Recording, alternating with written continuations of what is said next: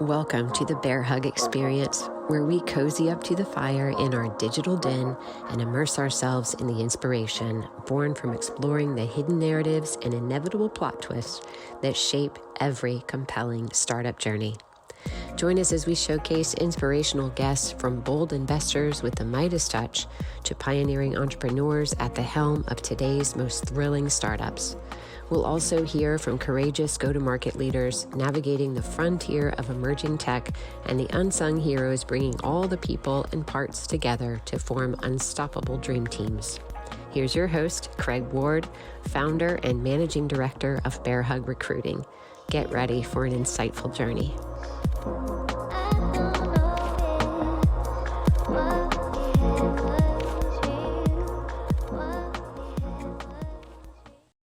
The following is a conversation with Jake Brawley, the Chief Revenue Officer of Krisp.Ai, the world's first AI-powered call and meeting assistant software that enhances voice communication through audio cleansing, noise cancellation, accent localization, call transcription, and summarization. Krisp processes over 75 billion minutes of voice conversations each month, helping thousands of businesses deliver better business outcomes. Jake has a proven track record of driving new venture creation, market development, and revenue growth for technology businesses. Prior to Krisp, Jake served as the head of global marketing and strategic alliances for Highspot, playing a vital role in guiding the company's valuation from $50 million to over $3.6 billion, in addition to notable roles at companies such as Apptio, K2 Software, Microsoft, and IBM. Welcome to the Bear Hug Experience. And now, dear friends, fellow entrepreneurs, investors, and startup enthusiasts, here is Jake Brawley. Jake, thanks so much for coming on the show, man. How are you? Good. All right. I've been looking forward to this for a long time. I remember when I first met you, I'm always so keen to pay attention. If I do a project, a search project, and I put 100 people on the list, one of my favorite parts about being a recruiter is I will reflect at different stages of the search, and I'll look back and I'll go, who were the people that were just outstanding personalities and highly skilled experts? And you just stood out so strongly for me. So why don't we start by sharing with our listeners a bit about the mission that you're on and what you're up to today? Yeah, well, thanks for having me. Really excited to be here as well. The mission that I'm on right now is kind of the mission that I've been on in the last several jobs that I've had really throughout my career. But my primary job is what I would call to identify and scale revenue growth. And that journey has taken me to kind of earlier and earlier stage ventures through my career. But I've done it at very big companies. I was at Microsoft for a while. Um, but core to my job and any of the roles that I've had is really that identification of where can we drive revenue growth, and then once we've identified how to drive it, how do we scale it? And so that's really my focus. That's my focus today. I work for a company called Krisp with a K, .ai, currently in the capacity of a chief revenue officer. And so I oversee all of the go-to-market operations from marketing to sales to customer success. And so really the kind of full spectrum of the funnel, if you think about it that way. All right. Can you just at a high level, just give us a quick kind of one or two liner on the purpose of Krisp? Yeah, the purpose of Krisp is really to make digital voice communication more effective and to make people more productive in voice conversations. And so conversation we're having right now, uh, we increase the fidelity of the audio by eliminating all background noise. So you're not hearing anything in my environment. That works inbound and outbound, by the way. So I'm not hearing anything in your environment. And that increases communication effectiveness. We also summarize and transcribe the conversations using generative AI. And we also have technologies that can even translate an accent. So you take a non-English speaker's accent and translate it into a native English speaker's accent, and that we can do that real time. So there's a spectrum of different capabilities, but at the end of the day, it's all about better digital voice communication. That's really cool. I love that. Well, let's talk for a moment about how you are wired to have, gone through sort of the big companies experience with the Microsoft and worked your way into smaller and smaller startups.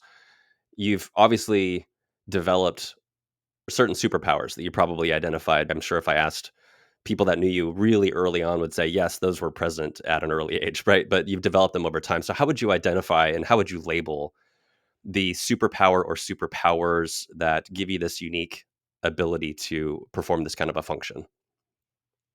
Yeah, that's always a the superpower question is always a little bit tricky for me, but I'll answer it and first by saying I think the super passion is maybe the Hmm. most important. And so for me, like the one consistent theme throughout my career, even as a young child, I can remember, um, is my super passion for building business and creating from a blank canvas. That to me is the fun part, um, and it's really where I thrive. And so it's creative application, really, is the way I see entrepreneurship, if you want to call it that. But for me, that's my super passion. And then the superpowers, I kind of have to ask my colleagues, okay, well, what would you say are my strengths? And then, of course, you think about where are my opportunities for growth. But Hmm. um, one of my colleagues, and I'm not a Harry Potter fan, and I don't know much about the Harry Potter universe, but he called me the Sorting Hat, and I said, "Well, what on earth is a sorting hat? Is that a compliment, or how should I take that?"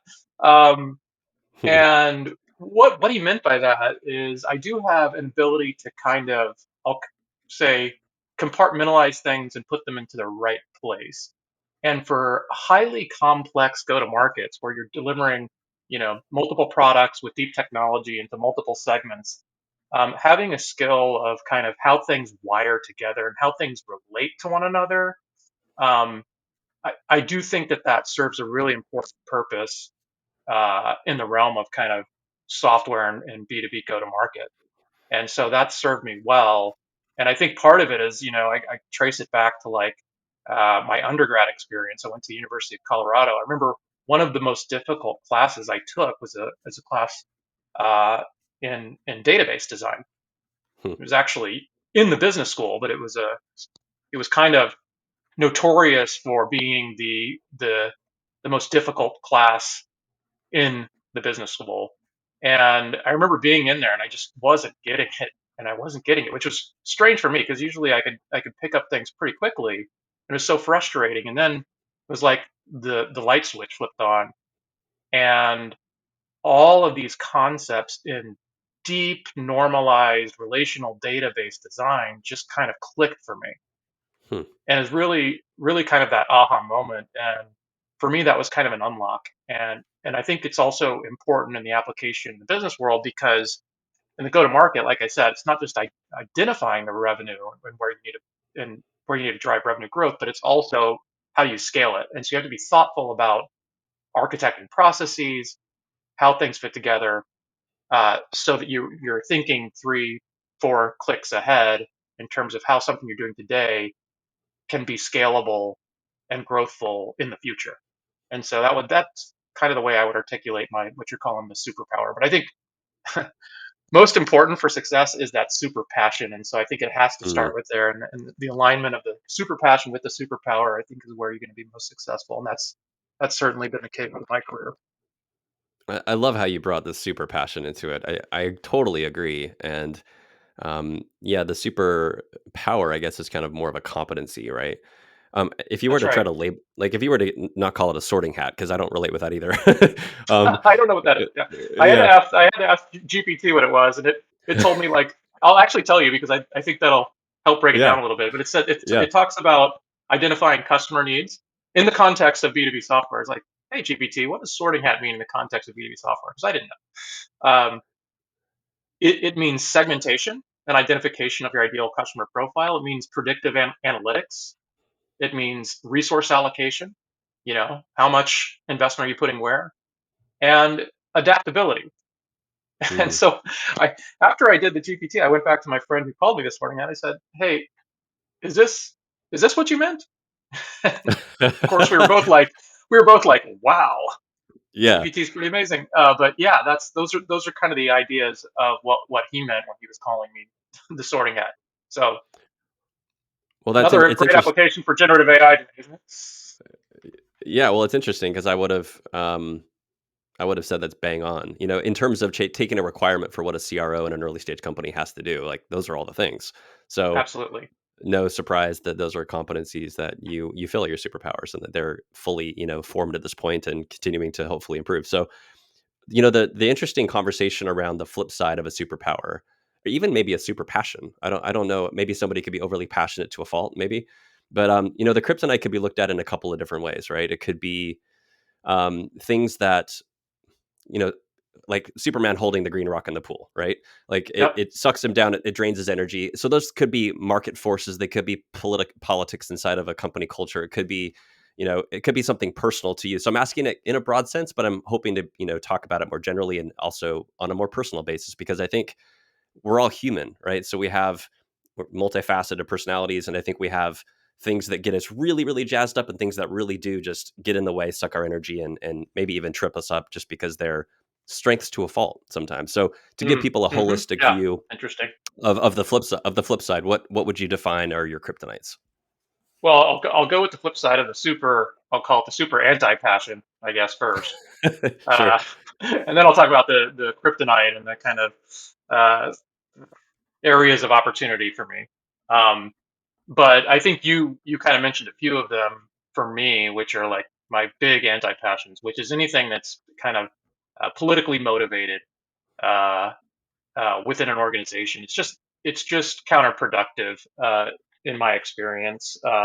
It's a sign of dysfunction in the way that a company works if there's a lot of political agenda and focus and bureaucracy. You know, if there's too much overhead and processes just are there because they've been there and they haven't been revisited and nobody's really thinking about it, just going through the motions. For me, that's where my energy starts to drain. So I'll call those my anti passions.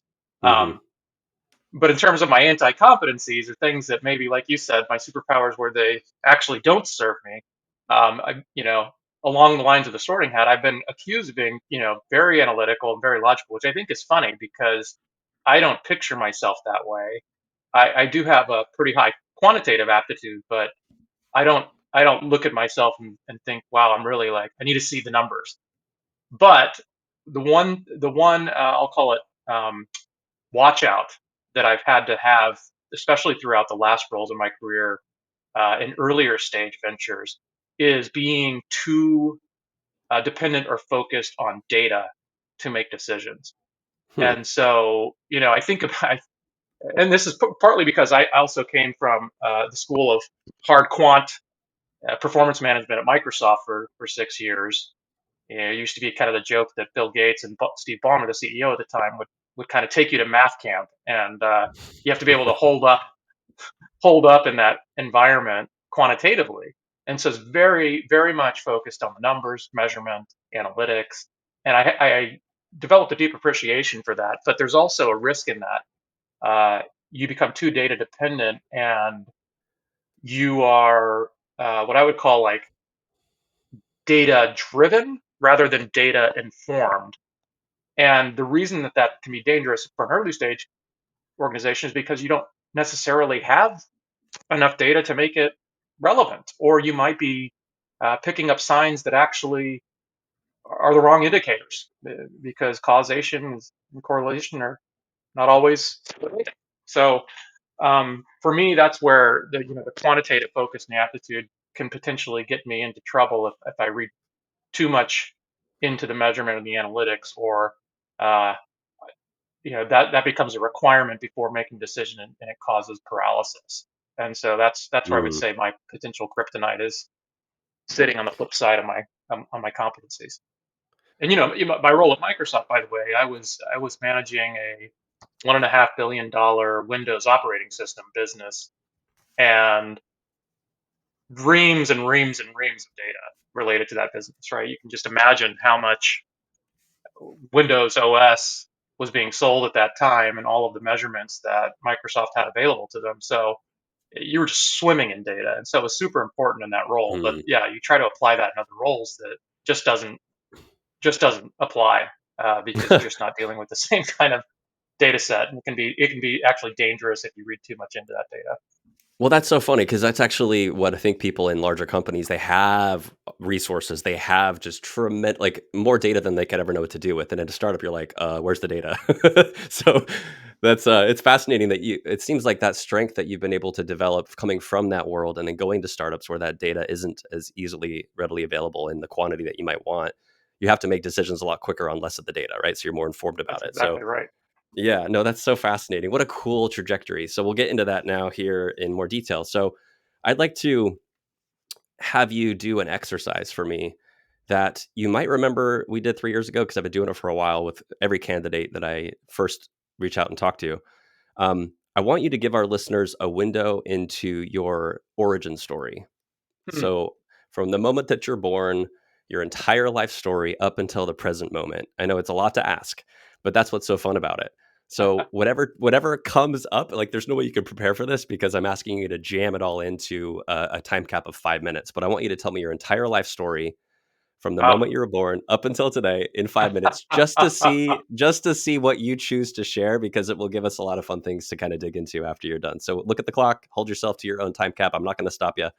Um, let's see what happens. All right, the timer starts now. I'm actually Cool. I'm a comic book aficionado, so I love the origin story theme. It kind of reminds me of all of the Yeah. superheroes, their origin stories. But Yeah, of yeah, course, I'm not yeah, a superhero. tell me I'm your just a hero's human. jour tell me your hero's journey. The Let's do hero's it. journey. That's right. That's right. So let me just say one of the most formative things that happened to me in my life was when I was very young. I was 5 years old, and I had a younger sibling that was born with cerebral palsy. My sister Katie. And for me, just from a life impact, um, and how that would form basically everything in my view of life and my approach to life, was really impacted in growing up as a sibling of someone who was confined to a wheelchair, required full care, feeding, clothing, bathing, but mentally fully there, and a key part of our family. It just created a lot of challenges, and I'll call it adversity in a sense that there's a lot of limitations as a family, things we couldn't do. And I think very early on, the impact of that for me is kind of a view where you almost have to, for survival, look at things not from a what are the problems and limitations, but what are the solutions? And so I would articulate it as like, and I actually believe this as a mantra, right? Right? No problems, only solutions. It's a solutions oriented mindset. And it's easy to say that, but really, this was embedded deep into my DNA really early in my childhood because of the fact that as a family, there could be a lot of things you were limited in doing, or as a sibling and interacting with a disabled sibling, there's a lot of potential limitations in that relationship.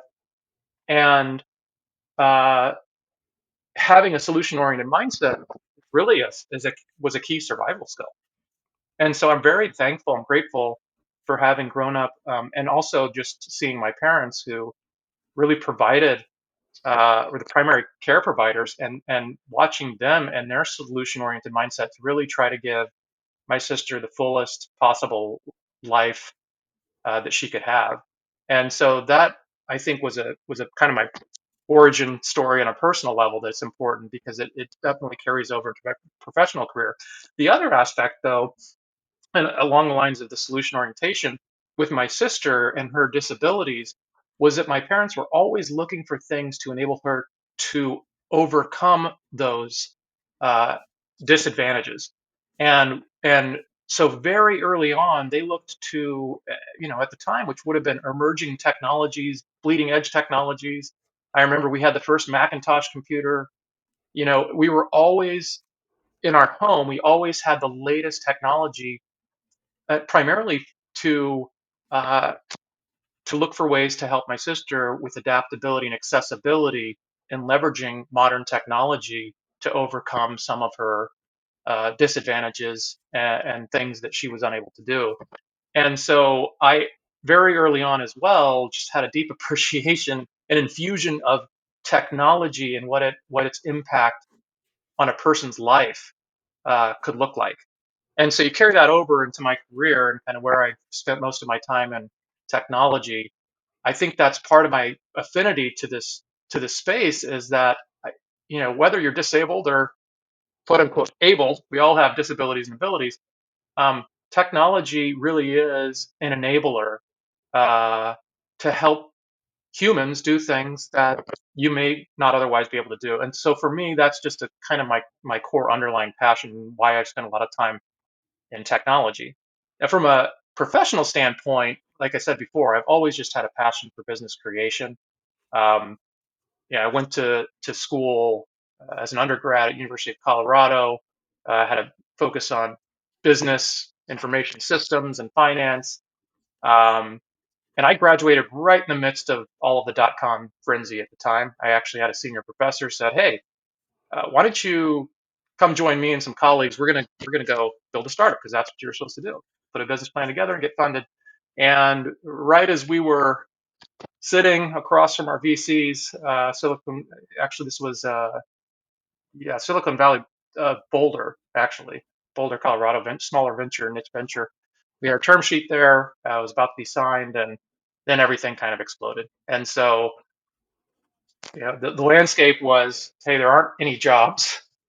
Uh, and as a new grad, I had to go out and make a job. So you call what you would call like an entrepreneur by necessity, right? I had to get a paycheck, and so I started leveraging my skills in technology and IT and applying those to small businesses. And I built a consulting practice and built that for 3.5 years. And then I had a hard decision. I could keep doing it, or I could sell it and go back to school and learn about venture-backed startup, which is a little bit different than the kind of organic startup that I had been building with my consulting practice.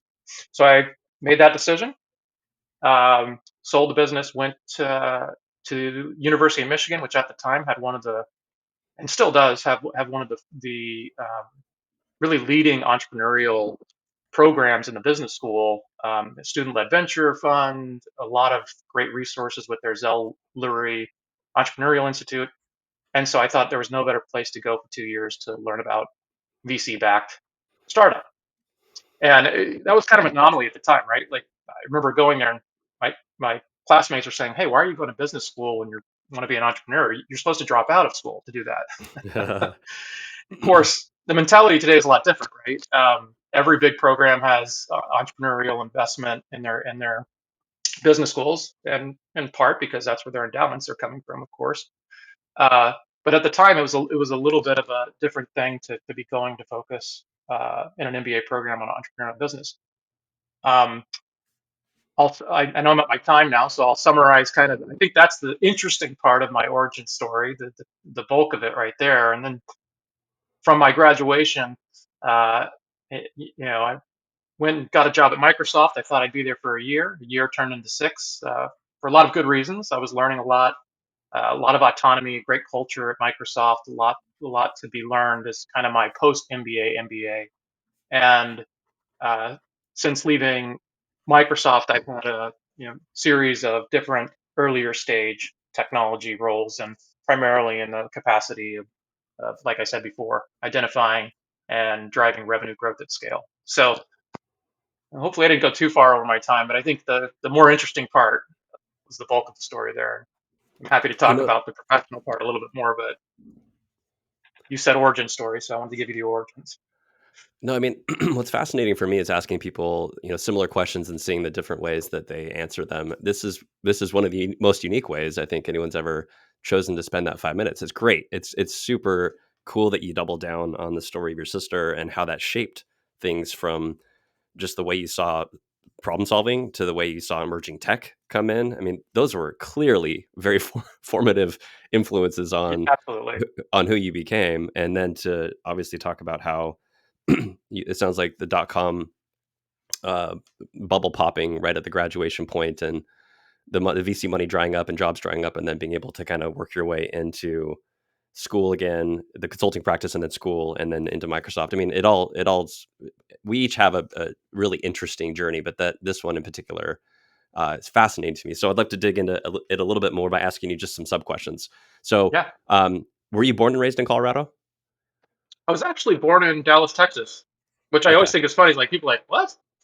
You don't sound Texan, but that's because at about 8 years old, we relocated to Boulder, Colorado. So I would answer the question, where did you grow up? I would say Boulder because Yeah. that's really where I Yeah. went from And elementary through high school and then I spent my undergrad there. So yeah, like I said, I sold my practice, went to business school in Ann Arbor for 2 years, and then got recruited to Microsoft out here in the Seattle. Puget Sound and yeah, Pacific Hmm. Northwest area, and have been here ever since. So yeah, All that's right. kind of my my Do you have? my path through the U.S. And it's kind of interesting. People say like, "Well, I can't believe you're still out in Seattle area." Yeah, Yeah. it's a great place. I love it. There's just a lot happening here. The technology scene is really robust, and it's gotten very vibrant over the recent years. But the weather's the one thing I haven't gotten used to. So it's like Mm. Colorado has 300 days of sunshine, right, a year, and Yeah. it's Yeah. almost the exact opposite here. So I still haven't gotten used to that, but it's a great place to live. And now with my family and growing up here, I think it's a great place to have a family and raise some kids Yeah. too. So That's awesome. Did you have other siblings?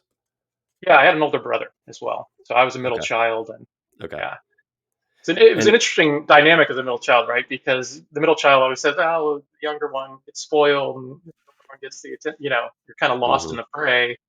And I would call myself an uber middle child because when my sister was born, she needed the attention, right? So it was like I had to discount the fact that, like, okay, this isn't just spoiling a younger sibling. She really needed the attention. So I'm an uber middle child. I can empathize with any middle for that reason for sure. Well, I mean, like, think about the hit to the ego. Like, it should be all about you, right? But it's not. Of Like, course, it was about your sister, and you had to get over that real quick because there was no changing that, right? So, absolutely. wow, amazing. That's incredible. Okay, so I like to try to identify a few things. You've already hit on this key one, well, a couple, with what we've already talked through in terms of like the early formative years, right? That Yeah. sort of started to help these competencies sort of come online. I also like to ask about influences. So, your sister, your parents, obvious influences. Did dad or Yep. mom's sort of personality or profession and guidance direct you additionally in any particular way? You think teachers, coaches. I'm so Yeah. grateful I can think of a handful for me because I was I had a lot of energy, and I could apply that energy in good ways or disruptive ways. And as an uber middle child, kind of always looking for some attention, I would, hey, if it's good attention, I'll take it. If it's not great attention, maybe I'll take that too. Um, and so I could be kind of a handful, and that could be difficult. That could be a challenge for a lot of educators and teachers that I had growing up. But there were those I can just distinctly remember, a handful who really understood that dynamic and were instrumental in helping me kind of harness and um, appreciate that where I can apply my energy, I can make good things happen. And they help support that. I can think my fourth grade teacher was really instrumental as an example. It's funny to think like, oh, it's a fourth grade teacher, but yeah, uh, some of these interactions can have really big impact. Hmm. And so I can still remember some of those relationships. But I'll go back to my parents and the kind of story I told before, which the things that stick out to me are perseverance and solutions orientation. And so when I think about my mom and dad, who by the way are still married and still provide uh, full time care for my sister, who's healthy and thriving uh, with them, there's a lot of really hard perseverance and dedication to put into that, and a consistent mind frame of looking for solutions versus getting bogged down with Hmm. obstacles. And I know I talked through that before, but I do think that was really one of the biggest impacts for me. in the way that I apply myself and my thinking in the business world for sure, and in my, of course, in my personal life as well. So yeah, that's how I'd answer that question. And did dad's profession influence you at all, or mom's profession, if she had one? You know, I didn't really understand my dad's profession, management consulting. So okay, well, what does that mean? He worked for Towers, Perrin, uh, TPF&C, Towers, Perrin, Foster and Crosby, and then he worked for America Online in earlier days as well, in a human resources role. He was kind of an expert in compensation and benefits. As a Hmm. child growing up, I knew nothing about what any of that meant. What I did know is that I saw my dad uh, and his work ethic. This is when you would put on a suit in the morning and early in the morning, and you would go to work, and you would put in the time and you would put in the hours. And I really saw his dedication to that, in his role providing for the family, providing income for the family. Um, and so, yeah, I guess for me, the influence that my parents had in my work world like that is just the ethic of work, and not necessarily Hmm. the contents, because I didn't really understand and appreciate that until, of course, I became older and understood some of the things that he was actually doing as a consultant and on the industry side. And you talked about when you were in this startup sort of VC situation right out of school. Yeah, Was that a moment where someone really took a bet on you when the odds were maybe kind of stacked against you? I like to ask that question because yeah. I think it's interesting to look back and be like, man, had whether it's your fourth grade teacher or whatever it was there an opportunity where you really feel like somebody gave you a leg up, like an opportunity that you wouldn't have otherwise had, and they took a chance on you? Well, I could, yeah, I can think of so many examples of that. In fact, I was actually interning as a junior and senior in college in my undergrad. Uh, Interned at IBM at the time. I was actually responsible for their. I don't know if you remember this or if you were even alive during this time, but the Y2K readiness, right? Like Oh one of yeah, my big jobs for wow. IBM at the time, and just even the way that I came up with that internship was because one of the professors had really recommended me based on the quality of my academic work, and I wouldn't have had that opportunity otherwise. I wasn't out there like proactively seeking an internship with IBM. It came to me because I had a door open. Um, as you mentioned, right? I then during my senior year decided, you know what? I've got a good appreciation for IBM and what a big company feels like, but I really am passionate about this early stage venture creation. Um, I didn't know how I was going to do that, but I knew that that's what I wanted to do. And my senior professor, again, because he observed my work product and how I worked, and he felt like I would be an asset to the team that he was building, and that was another big vote of confidence. I wouldn't have had that opportunity to kind of pursue a venture-backed startup that early in my career had it not been for my senior professor, Jim Marlott, who asked me to join him and his colleagues to build that. So yeah, I can, early in my career, those were really important advocates for me, who've had, of course, a big impact on my future career trajectory later on. But I could give you a handful of others as well, and I just think it's so important in thinking about those examples that I also try to think about where I can help play that role as well. Uh, Hmm. you know, Now that I'm later in my career, and opening doors where doors don't exist necessarily. Yeah, yeah, that's so important. Um, so so were you working on pets.com with Jim or something similar during the .com VC time? So Wh- I'll tell you, this is the one thing I've learned in the world of early stage venture is maybe the most important factor, more important than the team, more important than the tech and the landscape, is the timing, and it's the Uh-huh. hardest to predict. It's the hardest to Yep. predict. Now, what we knew is it was the right time to start a .com, of course. Um, the solution we were focusing on was actually for behavioral health providers, counselors, psychiatrists, and providing better access and better care to their clients on the internet. What a novel idea, Wow. right? Wow, Only issue early. is, yeah. exactly. Timing was all off.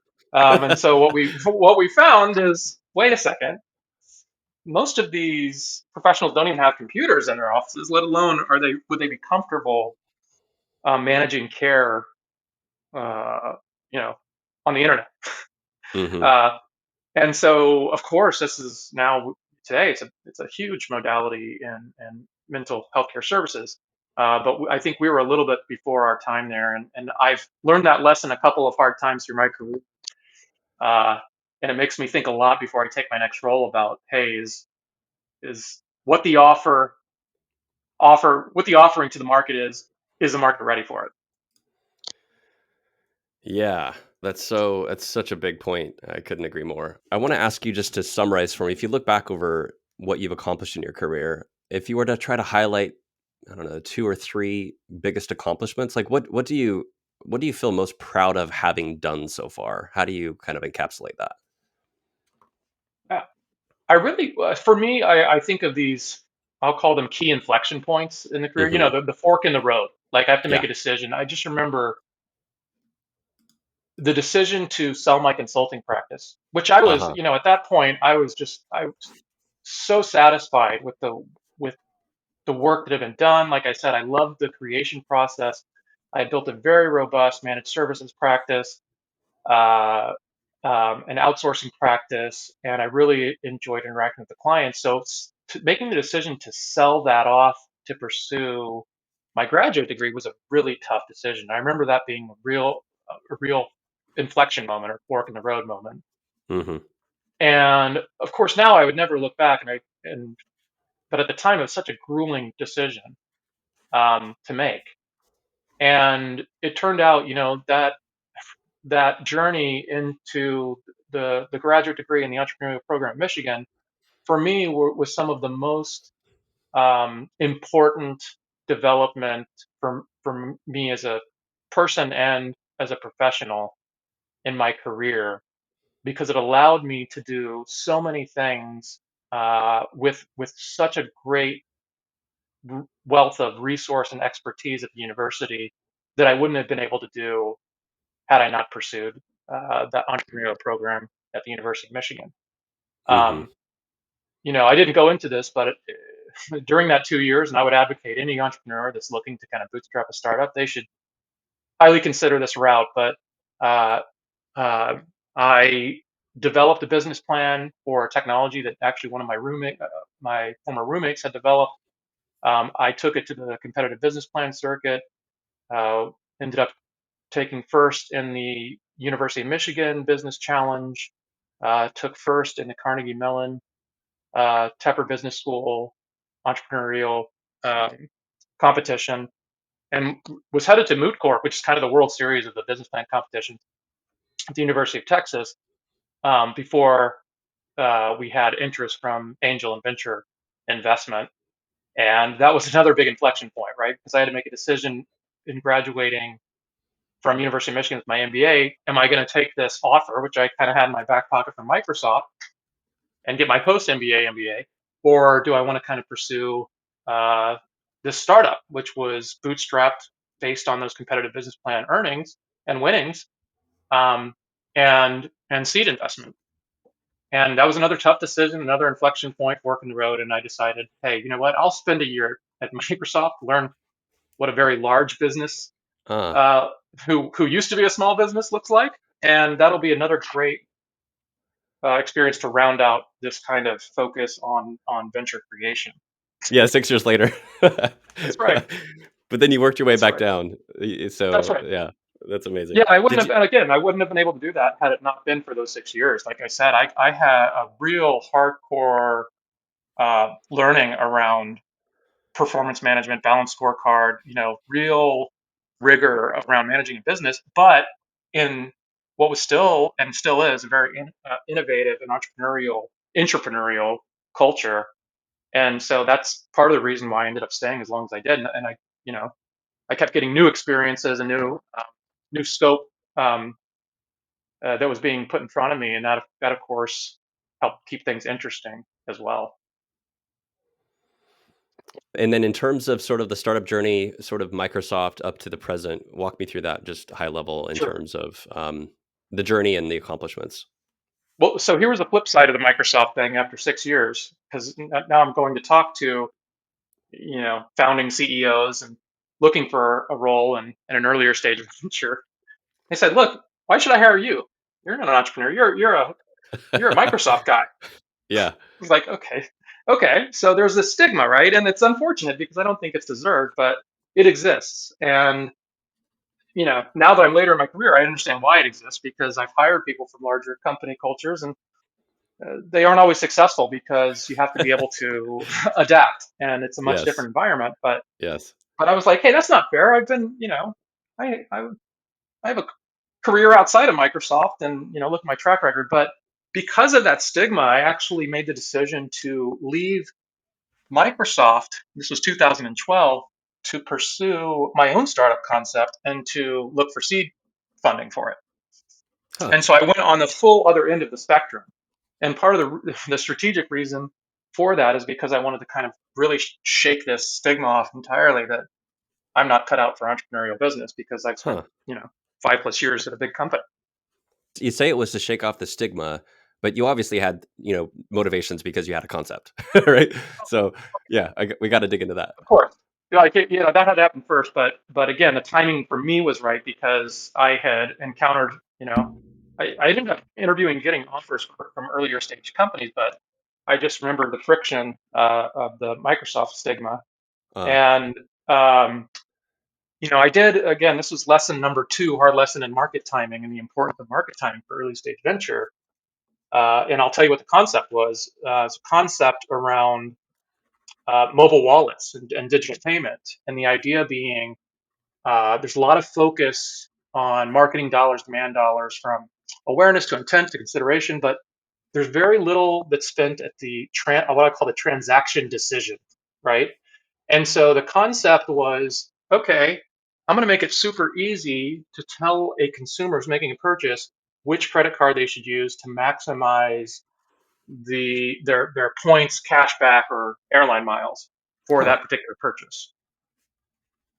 Because I don't know if I learned a lot about this. There's a segment of the market that I call hyper rewards users, but it's about 8% of the credit card holding population holds more than like 12 different credit cards, And and the they're credit trading. card the credit card companies are probably less fond of those people because they're probably paying off their Exactly. balances, right? Yeah. That's right. That's right. Well, I mean, the credit card industry, they make their money off the balances. That's a big piece of it, but they make a lot of their money off of the transaction fees. So when you think about it, they're competing for your swipe. They're Hmm. competing for every swipe, but they're doing it in a very unsophisticated way. And this is still true today, by the way, because you'll see credit cards, they've got rotating quarterly rewards in certain categories. And it, that complexity, by the way, was what I was trying to solve with this, which is like, hey, I don't have to know which card and which reward is the best. I'm going to be told, and I'm just going to use it. And so there's an arbitrage opportunity, but the business model was that the equivalent of like a Google AdWords for credit card companies, Hmm. right? So that they can actually bid on your swipe because they're willing to pay for it in certain cases. Um, and so that was the whole concept in the business model. But again, 2012, the issue was mobile payments, digital wallets, it, very low adoption, very, very low adoption. And even today, we're starting to see broader adoption. Um, but at the time, it was an ill-timed pursuit, and most of the investors that I talked to had just felt like they had already been over allocated in that spectrum, given what was happening in the market and the uncertainty around adoption of mobile payments and digital wallets. How far along did you get with the raising for seed? Didn't get there. Didn't get there, but again, if somebody took a bet on me, I talked to a CEO of an earlier stage venture as I was trying to raise my seed round, and said, "Wow, it's fascinating what you're working on. If it doesn't work out, you've got a job here." Oh, I love it. I love that Yeah, story. Yeah. yeah. Amazing. And now here's the one thing I came to really appreciate during this time is, wow, just how difficult, even for somebody who's risk tolerant. Um, Hmm. I had two young children at the time. uh, was paying a mortgage. I, I was looking at my burn rate every month and just saying, oh my goodness, this is not for the weak of heart. Um, and so I had a new appreciation for the real risk that entrepreneurs take. And I was very happy to be back on a paycheck or to have a backup where I could get back into a paycheck when I was unsuccessful with my seed raise. But that was a great learning experience and another one of those just key inflection points in my career. Looking back, the goal was to get rid of that stigma from the big company stuff. Yep. So that well, I don't know what the size of the company is you went into with the CEO who said, if this doesn't work out, come on over. Is that where you went after that? Yeah, Adrian Van Wyk, CEO, South African startup that kind of came over here to the Pacific Northwest. It's called K2 Software. They were business process management, workflow automation. Hmm. Um, and the company was about 300 employees at the time. Okay. And so, that was my fallback. And I was grateful to have that opportunity and ended up taking him up on his offer. I actually didn't even stay a year, which was kind of funny because you always, like 1 year Yeah. is key because you get your Yeah. first cliff. But Yep. um, it it wasn't quite worth it for me at the time. And what I really learned from that experience was that the subject matter of the technology is important for me. And as passionate as I could get about business process management, workflow automation, it wasn't really, it wasn't the top on my passion list. Let's just say it's, Okay. the subject matter of the technology is basically taking a business process and streamlining and automating it. Hmm. And so it's interesting, but for me, I thought there were a lot more compelling technologies at that time. And so I ended up leaving K2 and joining a company called Apptio Hmm. for me, which basically financial analytics for IT, which of course, going back to my undergrad, I was a finance and IT major. It was very much aligned with my interests and my passions. I understood the domain area. And consequently, Sunny Gupta, the CEO and founder of Apptio, was the guy that I had interviewed with while I was at Microsoft. So rewind, Oh, wow. there were about 100 employees at the time. He was the one who made it very clear that there's a stigma to the Microsoft thing, but it didn't prevent me from getting an offer. At that time, I turned it down. So came full circle. Here I am now, post Microsoft, post failed raise on my own startup, a year at K2, and I came back to Apptio, now 300 employees, so had grown substantially since I first interviewed, and had another opportunity to join them again. And so I got an offer, and this time I accepted it, and yeah, spent a good 3-4 years there, and got to build some of their core businesses through their IPO. And so another great learning experience with a different phase of the venture uh, profile and that kind of pre-IPO, you know, growth to scale phase. Yeah, but functionally, when you went from trying to do your own startup, and even back in terms of the stuff you did at Microsoft when you were over one of the Windows operating systems, what was sort of the gravitation toward the go to market? I guess this did that start to happen? Sort of help? Did you help in a sales capacity with K2 Software and then into Apptio, or was it marketing related? How did that kind of functionally start to develop? It's funny. It's funny when you say terms like sales and marketing. Like for me, I still bristle a little bit because it's just they're all the same function in a Yes, sense. yes. They're Please all the same advocate for function this. in a sense I love it. because Yes, because I'll go back again. Like the job it's is one revenue It's one growth. motion. It's one motion, right? Yes. That's right, and it's Yeah. revenue growth at scale. So even as an entrepreneur, what's your job? Identify repeatable growth, revenue growth, and scale it. And Yeah. so for me, it's kind of funny when you ask that. Like the actual functional role that I took on was product marketing, Ah, and interesting. yes, and product marketing, I think when it's defined in the best possible way, which it gets defined in a whole bunch of different ways by different companies, but Microsoft had a really good definition, which is like you're really the general manager for the product line business. You are the miniature CEO and COO of that business line. And your job is to grow the revenue of that product line business. And so, the functional role in the title is product marketing. That's where I spent a lot of my time early in my career. But the skill that I was developing was GTM revenue growth.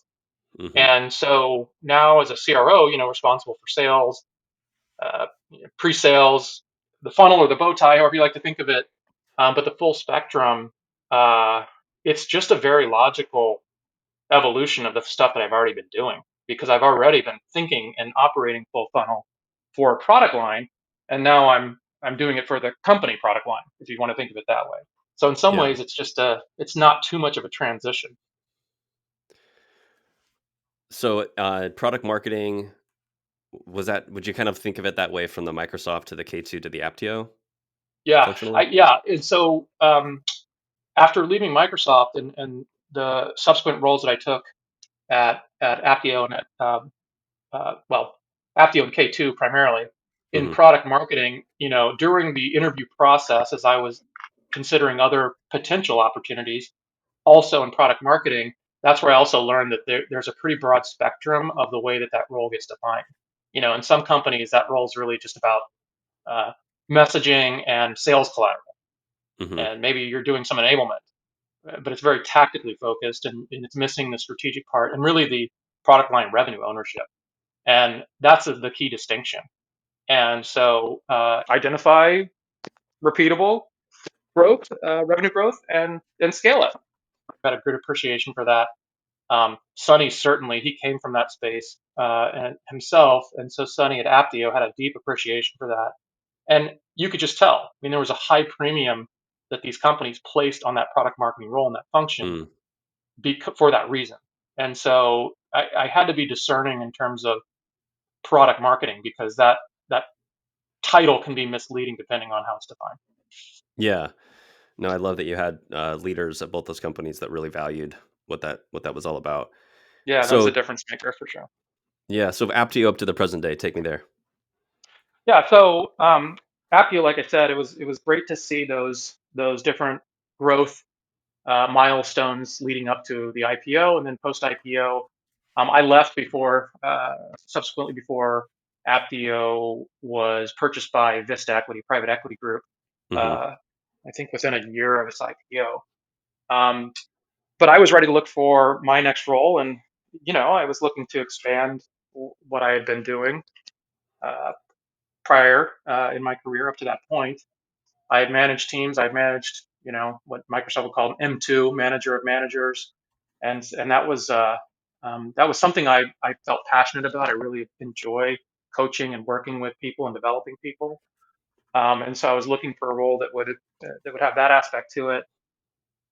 And importantly, again, I was looking for not just a great team and a great product, but something that the market was ready for and what I felt like was really timed right for the market. Yeah. And this was probably the broadest uh, kind of canvassing that I had done and looking at different startups, really across the U.S. primarily, venture-backed startups for taking on my next role, and really good startups. I mean, like I look back now, Qualtrics, Auth0, which was acquired by Okta, a Yep. whole a list of at that time. Hey, some might make it, some might be successful, some might not. Um, And when I spoke to Robert Wabi, the CEO and founder of Highspot, I was just, first of all, super impressed by the technology, um, uh, by the team, by Robert himself, who was, by the way, a known entity for me because I had worked with him at Microsoft. He, of course, wouldn't remember me, but he was a senior executive on the server business at Microsoft when I was there. And so I had meetings with him, and I knew him by persona, but I didn't really know him as a person, an individual. And as I came to know him during the interview process, and then also learned about the subject matter that he was addressing with the product offering, which was sales enablement, Hmm. something I was intimately familiar with as a product marketer throughout my career. Yeah. Um, what I saw was actually, oh, this is the system of record for a product marketer. Like this is finally there's a purpose-built platform for product marketing is the way I really look at the technology. And that for me was really thrilling. And I saw, again, going back to the market timing, I saw, okay, this is 20 years overdue, right? So the timing in the market couldn't be better. And that was looking back, just a very fortunate decision to pursue that position and to join them to build out their marketing really stage. And I joined the company when there was about 50 employees. I think we were about 2-3 million in run rate at that time. And I won't give you any specifics now, but Highspot's now around 1,000 employees and has done very, very well, driven by great product, great team, and great market timing for what they were offering. So gave me that another phase of that venture experience that was a little bit earlier than Apptio, and helped me kind of round out what then led me to my role here at Krisp, which I'm now a year plus in. All right. Okay, so let's talk about Krisp. Um, Going back to some of my notes here on how you initially framed it, um, digital voice communications, and yeah, let's dig into the journey of kind of the selection and what the first year has been like. What have you learned, Yeah, and the selection of the because you were very particular about choosing these places where you could have a that's lot of right. passion, right? Yes. So I'll try to unbuzz the jargon and help you. You can keep me honest because I can be Yeah, guilty of that sometimes. yeah, But for sure. here's the overarching premise is like, and if you think about even the early days of computers, it's the primary mode of communication is written digital communication. Whether it's word processor, email, it's all about written communication. That was the primary mode. I think we had a huge accelerant during the pandemic of moving to remote work and for voice becoming much more predominant as the primary mode of asynchronous and synchronous digital communication. So Yeah.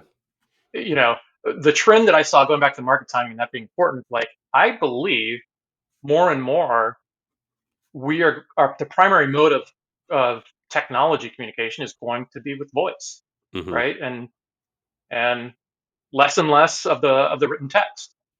Now I don't have a crystal ball, so and if I did, and if venture investors did, this wouldn't be as big of a challenge as it is to determine market timing. But for me, I really did feel like that was a trend that Krisp was uniquely positioned to capitalize on.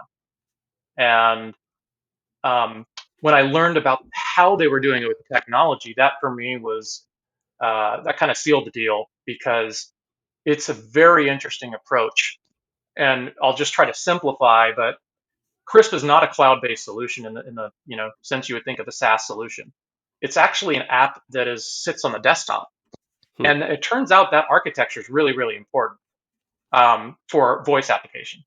So Krisp effectively becomes the virtual microphone and speaker of your operating system, right? And so any Hmm. voice that's going in or out of the computer, Krisp sits on top of that, and that's a very interesting place to be. So even though the initial value prop and initial offering that Chris focused on was AI based, software based noise cancellation, which it's done phenomenally at.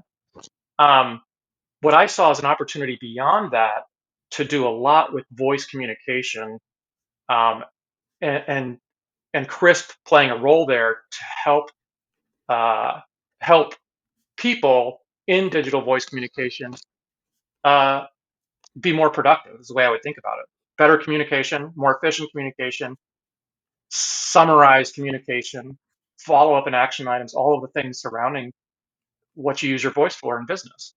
And so David, the CEO founder, shared the vision and the roadmap. I had to have a pretty high belief that they could execute against that vision and roadmap from an engineering standpoint, which I did. I was convicted. They've got a very talented team, actually based in Armenia, PhDs and data scientists and engineers that have really pioneered this technology. But for me, I saw just a really compelling and unique approach to something that I think is going to be more and more important for the way that we do conduct business. Well, how did you start to wrap your head around sort of the TAM, approaching this from a revenue perspective? How did you kind of Yeah, take me through the I guess I'm curious because they had a perspective before you joined and you had they did. expertise to bring, right? So how did you kind of merge those perspectives together and what were some of your early insights into how big this opportunity could really be? Yeah, so I joined Chris post pandemic, and Chris was actually founded and developed pre pandemic, Mhm.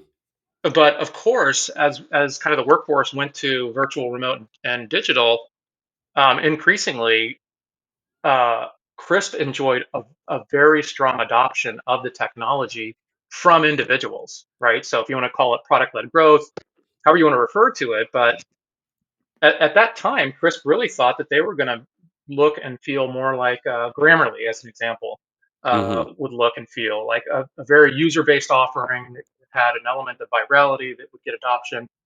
And so it was a case of like, if you build it, they will come. And Mhm. they certainly came. And Krisp had a really big boon during that time of uptake and adoption of the technology because everybody's working from home, right? You got your kids in the background, you got landscapers, dogs barking, and it all goes away. I don't even use my mute button anymore because Krisp does the job. Hmm. And that was really important. Still is, by the way. Still is. We still have a large portion of the workforce that is remote and virtual, but um, the application at that time was thought to be more focused on an individual user value prop and not necessarily an enterprise value prop, although for Mhm. distributed workforce, there were instances of that. And so Chris was really what I would call like the inbound machine. Mhm. So it was like, hey man, they're taking fulfilling orders, right? People are lining up and they want it, and the job of sales and marketing was just to fulfill it. And post pandemic, of course, the world started changing a little bit. And at the same time, Crisp had started to identify a pattern in their customer base, which was premium placed on the value prop within call center operations. So you think Mhm. about it, very you've called in customer support, like Oh yeah. whatever. Yeah, Oh yeah. you hear all You the hear noise in the everybody. background, all the yeah, Yep. right. Um, and that's hard for you as a client, but for an agent, it's also difficult if you're calling in from a noisy environment. And so Crisp's ability to strip noise in both directions, both inbound and outbound, big value prop for call center operations. And so, the time that I joined, this was where had just started to identify this kind of key enterprise use case. Um, and my job coming in was really I'll call it to move us to much more of not just inbound, but a hybrid and an outbound model, which Mhm. we hadn't really had.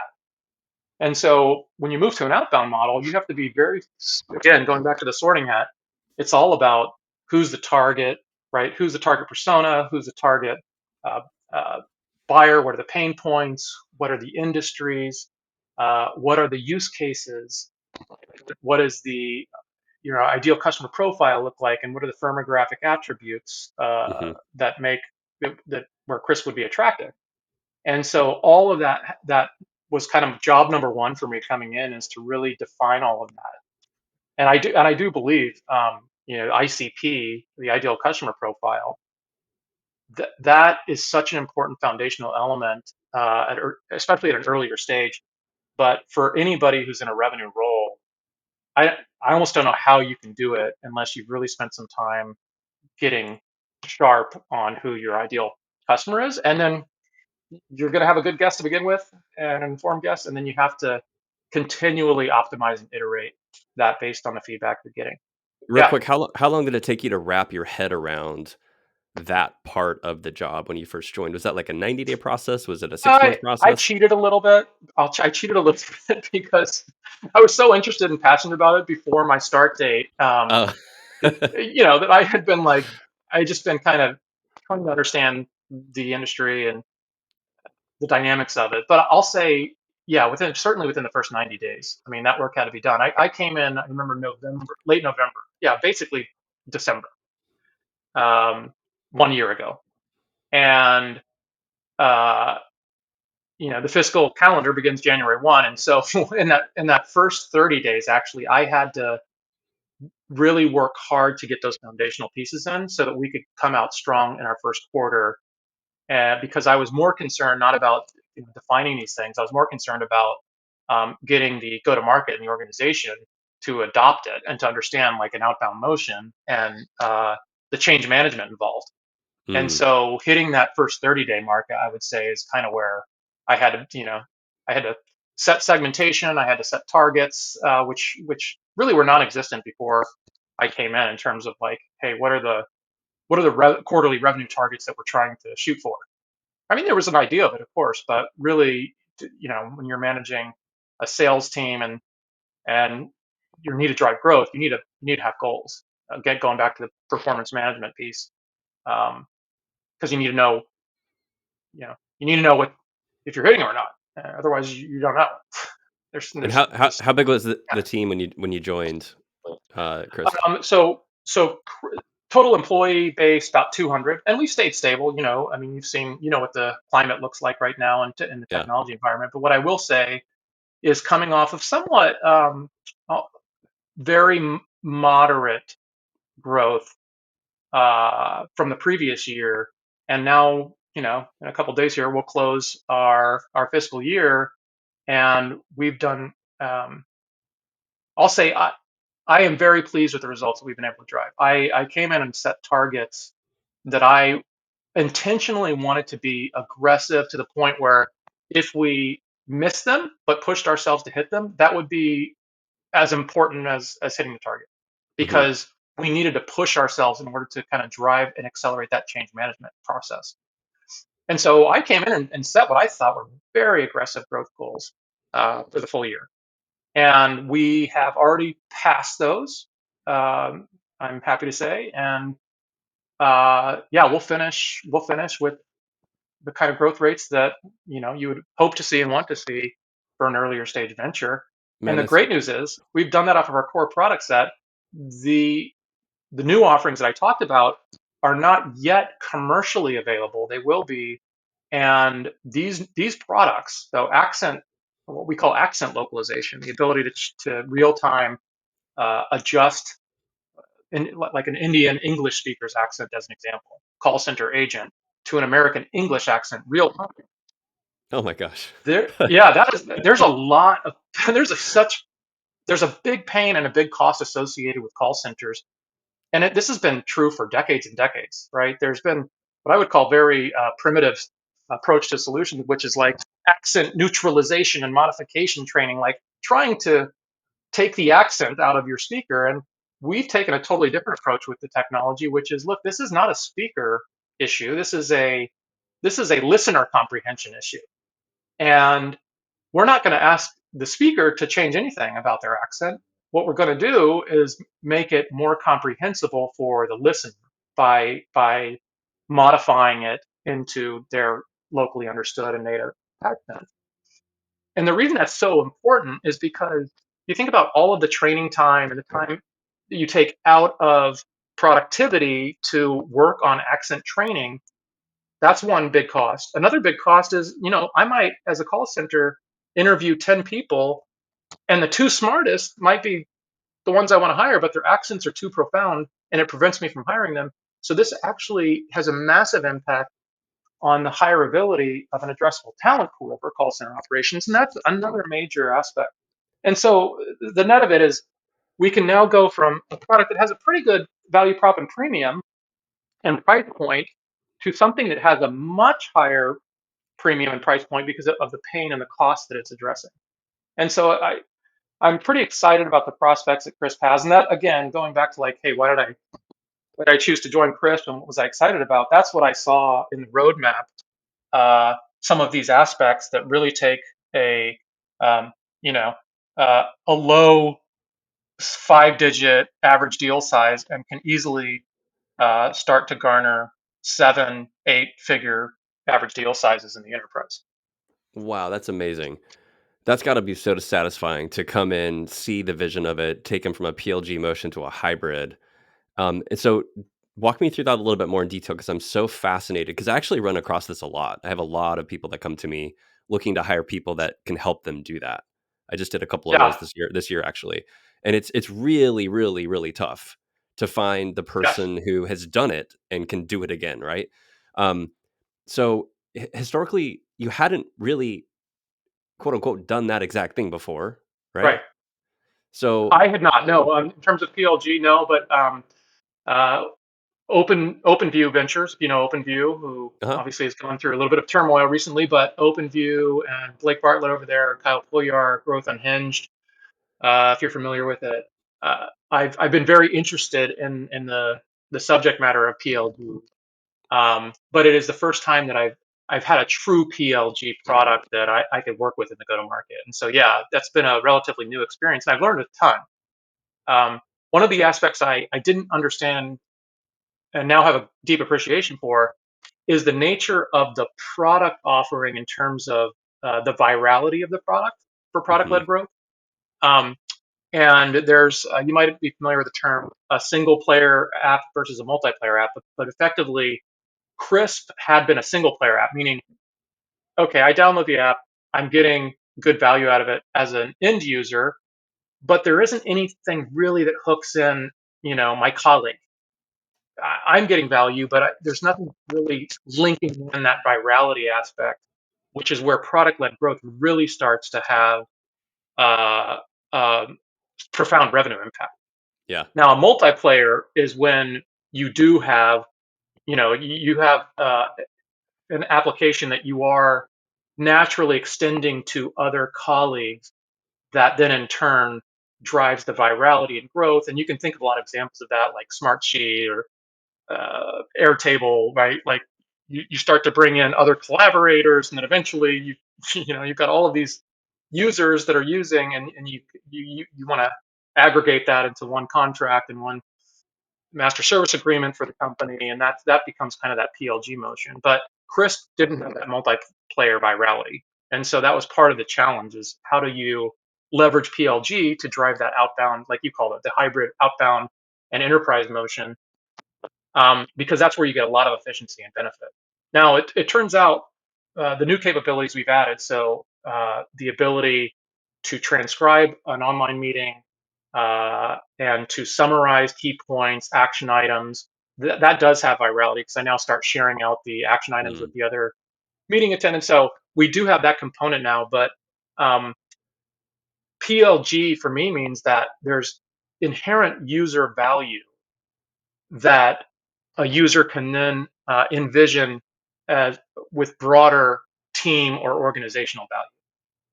And so, where you have an overlap between not a user persona, but I'm going to make a distinction between a user and a buyer persona, user. Hmm.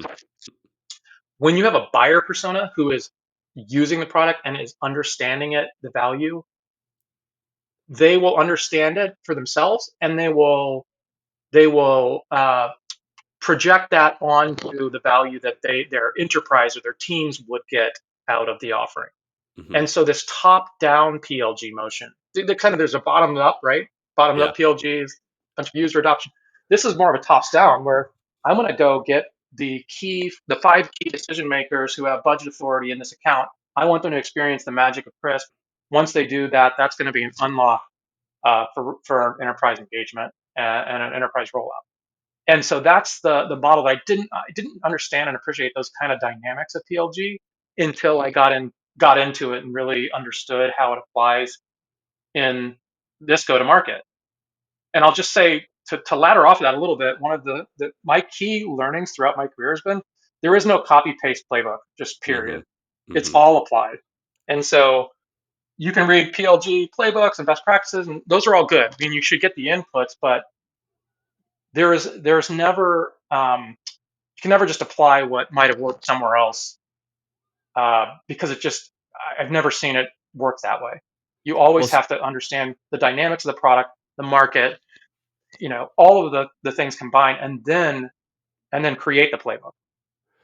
so you have this inbound again PLG product led growth, right? Users having a single user need making a purchase, Yep. and so you have this inbound motion. It's growing. There wasn't necessarily this multiplayer attribute that had been focused on much.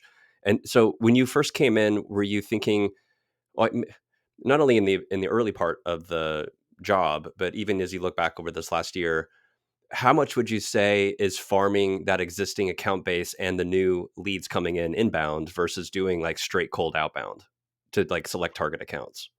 So pipeline production has been about where it was about, like, I'll call it a 90% inbound, 10% outbound when I Hmm. first joined.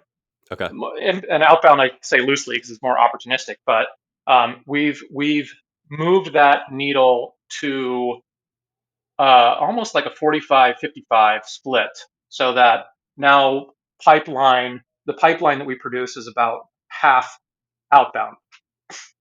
And that's significant, right? That's a significant change. Going back to the change management aspect, like, it means you're not taking orders anymore and just talking pricing and discounting. It means you have to sell. It means Hmm. you have to build the value. Somebody might have never heard of Krisp, never heard of noise canceling software, never understood the application. What's the value? Is there urgency? So you have to create all those things, and that was a new muscle we had to build. But in building that muscle, the rewards that you can reap are significant. They, of course, uh, they parlay over to the inbound because you still have to talk about and address pain points and value and all the things. But if you can do it on the outbound side, uh, you can be a lot more successful even with your inbound. And so the result of that has been that our conversion rates and our average opportunity sizes have increased as well across the Hmm. board Hmm. over the past 4 quarters. And so that's really the trajectory you want to see. But are we at our what I'll call the scalable and repeatable growth yet? Almost. You might have might I think winning by design has coined kind of this go to market fit phase, which I'm a big fan of. After Yeah. product market fit, there's go to market fit, and Yeah. that can be several quarters or several years. And so the job right now is to compress the learnings to this go to market fit phase in order to scale them. And I think we've done a good job of that, but we're not yet to the other side of it. Where if you get to the other side of that, that's where you can enjoy those exponential, scalable growth returns. And I have high confidence we'll get there based on our current trajectory. And again, like I said, the roadmap that we're bringing into the market. With the products. Yeah. For Yeah. 2024. Yeah. So I'm still wanting to delve into a little bit more understanding. You talked about this sort of 5-figure, 6, 7, 8-figure like growth size of a contract, right? Yep. Yep. You came in when there's this sort of 90% inbound, 10% outbound split with pipeline generation, and you taking it to like 45, 55, and setting these targets and meeting if not exceeding them, which is amazing because it seems like most of the people I've talked to this year, they're 60, 70% to Yeah. plan if they're lucky, right? um, so when you think about again, how you came in with your expertise of being this person that can compartmentalize really well, put everything in the right buckets, right? Have this Yep. like Yep. unified strategy for the existing team, and you say, okay, we're going to do this evolution to a hybrid motion for outbound. We're going to choose mid-market companies with this revenue in the call center space or whatever it was. I'm just curious, Yep. how did you go through that process of, like, you obviously had to get everybody organized and to buy into this strategy, right? So that Yep. was a huge piece of it, but you had to Oh, do and your yeah. research. You had to Yeah. understand the target accounts, and then you had to take the existing team, sell them on it, and then you had to set these targets and then grow the team. So were you able to hold off on hiring people in order to I actually went the opposite. There what's was a that? little bit of the opposite at the beginning. Yeah, the talent and people at this stage, as you know, as a recruiter, and at any stage, it's the key difference maker. But Yeah. it also works in the other direction where if you have the wrong talent, it can actually be a headwind. And Right. so there were a lot of examples early on, about 4 or 5 people that just weren't going to be the appropriate fit for the phase that we were entering into. And so the first job was actually to organize the team, um, to remove some of the staff that wouldn't be appropriate for the kind of phase we were entering into, and then hiring key talent in really some key areas to set the foundation to build for the year. So that was kind of the organizational aspect to it. Hmm. Um, but yeah, early on coming in, I think even David and Arta, the founders, from their advisors had said, like, outbound is not the appropriate motion for Krisp. And so I was already entering into Oh no. high skepticism with, oh, hey, here's this guy who's coming in and says he's going to do outbound. Yeah. And when we were able to show the progress around that, because, I think there was low familiarity with a lot of the things that I brought in earlier on, like identifying an ICP, understanding addressable white space by account, weighted addressable white space, and starting to assign target accounts and how you start to work outbound accounts. And all of that was kind of a learning journey. And the other aspect, I'll just say, that's super important when you're looking to join an earlier stage venture is the founding team's appetite for learning and curiosity. And Yeah. I've never seen that hunger more, probably, from the founders at Krisp. They're the most curious and kind of lifelong learning mentality, the growth mindset mentality, and that's important because uh, they're willing to accept new perspectives and try new things, and thoughtful about adopting them or discarding them. And that, by the way, in my last two roles, I'll say Robert at Highspot was also just phenomenal at that. I had brought in a lot of new concepts there that weren't necessarily familiar. You know, above the line and below the line selling, multi-threading, some of these kind of core concepts in go-to-market that are important but not understood. And I'll say, if it weren't for the level of appetite for learning and understanding and trying new things from these CEOs, founders, I would not have been able to do what I needed to do in those roles. Just because you brought it up, I have to now dig into it. So let's Yeah, help people understand multi-threading in this over/under sales oh, sure. concept. Sure. Yeah. Again, keep me honest on my jargon because, like I said, it wasn't familiar. So I had to say, what are these new concepts? Yeah, yeah. Multi-threading. So above the line, below the line selling is actually, I think, pioneered by a guy named Skip Miller, proactive selling methodology. Um, and the philosophy there is like, look, in an enterprise sale, if you're only selling to the person that's kind of the champion, the person that's come out and reached out to evaluate, um, your deals are going to be at risk, because the reality is there's another set of decision makers that are equally and maybe even more important in the deal cycle, and you have to make sure that you are influencing them, and Mm-hmm. they're known entities and you understand their role in the evaluation and purchase process. And so above the line, below the line is the idea of an executive, basically an executive, VP and above the line. Below the Mm-hmm. line would be maybe a director and below. But the roles that they play and the engagement are different. And so the philosophy there is you really have to have both of these engagements if you want to be successful in an enterprise sale. Um, Multi-threading is is kind of the similar concept where if you're single threaded, that means you're just working through your champion. You're Mm-hmm. working through a single person, and hopefully they're strong enough, and your job is to equip them, and you're kind of working through them. But the idea of multi-threading is that the more that you can fan out your influence within an engagement, the more successful you're going to be, because you're not reliant on a single fail point. Because you've seen a lot of these, right? You've seen like the key champion, like, hey, we're deep in the deal engagement, and all of a sudden somebody's let go, Boom. or somebody takes a new Yeah. job, or they take a new role, and Yeah. there goes the deal.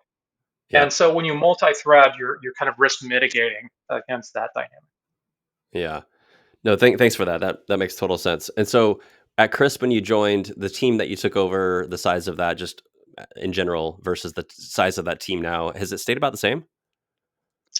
Well, so I came on initially to head up the marketing function, Uh-huh. and if you think about the uh, different prongs of marketing DNA, my strong prong is, like I said, product marketing and what I consider revenue marketing. Yep. And so even during my interview process, I think David was kind of curious about me taking on the revenue role.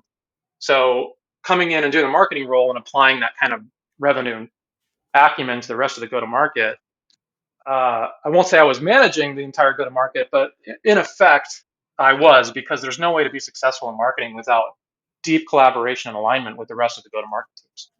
And so I had already been working very closely with the rest of the go-to-market before my scope was officially extended to pick up all of the revenue accountability. So I moved from a CMO role to a CRO role. So the Hmm. org grew from that standpoint organically, I guess if you want to look at it that way.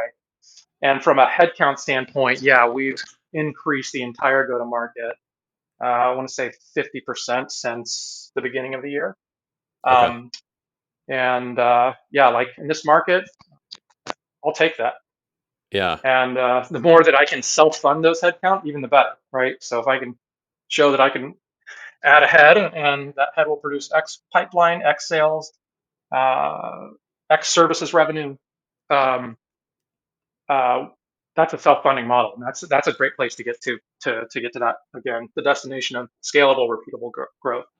Well, how do you ensure that you were making the right bets for the size of the accounts you were trying to target? Was there any lessons that you can share around how you identified and made some hypotheses that you hoped were highly probable that you'd be able to get those accounts with certain cycles and deal sizes and have it warrant the resources that delegated in that direction? Yeah, it's iterate. Hmm. It's trial and error and iterate. I mean, there's like the faster that you can build the iteration engine at this stage, going back to that go-to-market fit, Yep. it's constant feedback, adjust, feedback, adjust, feedback, and adjust. So again, with the outbound motion, not just the outbound prospecting from an SDR perspective, but outbound marketing in a sense where we had never really invested, Krisp had never really invested in events marketing and trade shows and conferences and things like that. And so we had some learning to do. And I looked to others that were kind of in adjacent areas within this industry to see where they were investing. We made some bets about where we thought would be a good investment, but we didn't know. And so we had to make an informed decision about investment allocation in events. And I think we ended up doing over the year about um, plus or minus 10 different trade shows and events. Wow. And yeah, so it was quite a bit for something we had never done. And uh, we got some really good learning out of that. And we'll refine our investment plan for events this year based on that learning. But that's an example of what I mean by like, how important it is to be able to uh, execute, get feedback, and adjust and optimize at this stage. Were there And any that's true tool for all of our demand channels. were there any tools that were really instrumental in you helping to kind of define how you were going to approach the market? Well, so going back to ICP, and, Hmm. and again, it's such a fundamental piece of a enterprise go to market. Yeah. But there, and I've had a lot of experience working with quote unquote ICP solutions in the past. But what those solutions are very expensive consulting engagements with spreadsheets. Yep, I mean, seen it. right? Yep. Yeah.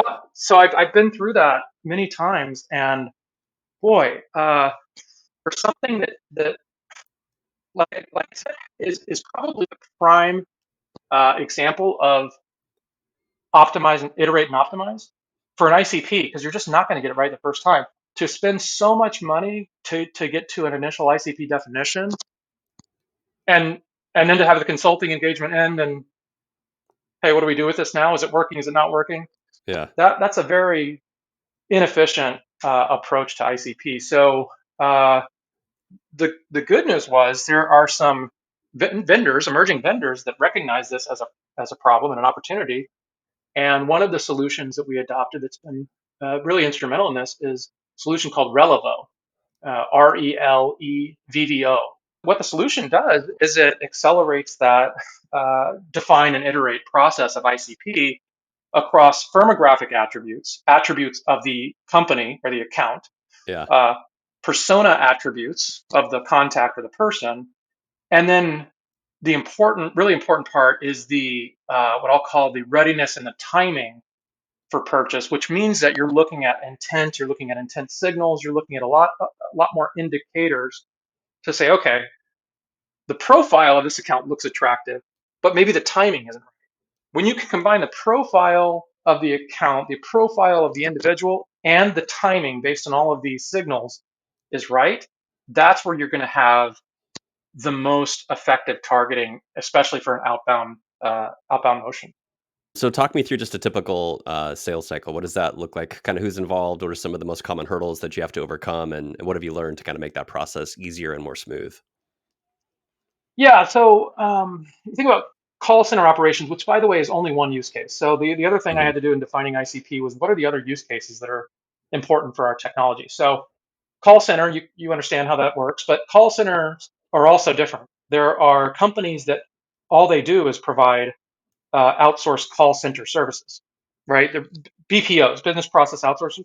Hmm. That's a certain profile of business because they are very margin conscious. They care about costs. Um, you look at an enterprise in-house call center, so they're not outsourcing it, but they're doing it in-house. That also is tells you something significant about the call center operations because they've done it for a reason, right? There's some kind of a premium or reason that they've decided to insource versus outsource their call center operations. And they, because of that, tend not to be as cost conscious. And so you have to understand the variables uh, to understand where the biggest value prop is going to be. And that's just Hmm. one example within the call center arena. The other use cases you can think about, and they're logical once you start thinking about it, but anybody in a customer facing role, we have a high premium for because you're on a lot of different calls. Typically, you're on a lot of different platforms. That's the other Hmm. value prop of the architecture is Yeah. you don't need to integrate with Zoom. It out of the box supports every platform. And I know I'm Mm. on Zoom calls, I'm on WebEx calls, I'm on even the solution we're using to record this podcast. It's just audio that's moving in and out of the system, and so Krisp just supports all of that out of the box because we're at the OS level, Nice. right? So for a salesperson who's on a lot of different platforms, or a customer success person, we have a good value prop there. So that's another core use case. Different buyers, different value prop. A hybrid workforce is still a very real thing. There's companies who, as you know, like you got Atlassian's a good example that have said like we've embraced the remote work and we're going to continue to embrace it. Hmm. And we got a lot of people working from home, and so that's another core solution is a hybrid workforce in terms of use case. And the other one that you might not think about, but it makes sense once you think about it a little bit, is professional services. And by that I mean anybody who is on a call and is billable, right? Like Hmm. Hmm. lawyers, Yep. accountants, Yep. consultants. Every minute that goes by, you're paying something. That's a high premium scenario, and so the bar to have no distractions, to have meticulous and summarized meeting notes and all of that. There's a high premium for all that. And so you asked about like what are the buyer dynamics in the sales engagement. It depends on the use case. That's Yeah. one key thing to understand. Yeah. Now, the primary use case we're focused on right now, in terms of outbound, is the call center operations. And in that kind of an engagement, many times you're dealing with heads of customer experience, heads of customer success, heads of call center operations, of course. In some smaller BPOs, business process outsourced call center operations, it might be the CEO.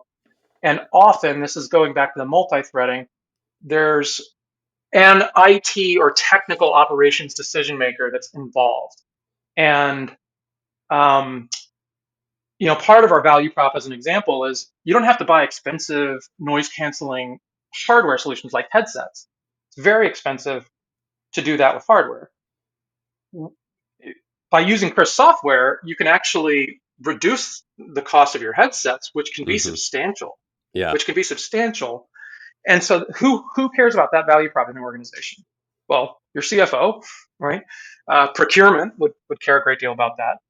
But anybody who's spending budget on that and can displace that and put it somewhere else, that's a big value prop. And so, that in some cases, that's IT, that's technical operations. And so that, again, going back to like all these dynamics, there is no copy paste. You have to understand all these dynamics before you can build an effective playbook. And so I think your question about what does a engagement look like, that's typical. And then of course your mileage may vary. So depending on the use case, depending on the dynamic within a unique specific account, all of that can change. So I've been noodling on this question the whole time I've been talking, okay? Because I think you're a great person to ask because you'll have some perspective on it. I want to ask it in two stages. So the first stage is as a setup. You're selling Krisp on a per seat basis, like per user. Yeah, Is that per right? user per month. Okay. Yep. All right. So that's the model. So in the future, this is a little bit of a crystal ball question, but Yeah. we're both seeing, everyone listening is seeing ads pop up where there are these conversational AIs that are doing outbound selling, they're doing conversations, they're doing bookings, they're doing all these scheduling things. And I don't know how the disclaimers of privacy and like letting the person on the other end of the line know it's a robot, but in a world where robots are going to, through generative AI and so forth, are going to do more and more of certain things. That's debatable on Yep. how far that goes and how fast that goes. Um, when will the call center world? Let's just use that as the use case.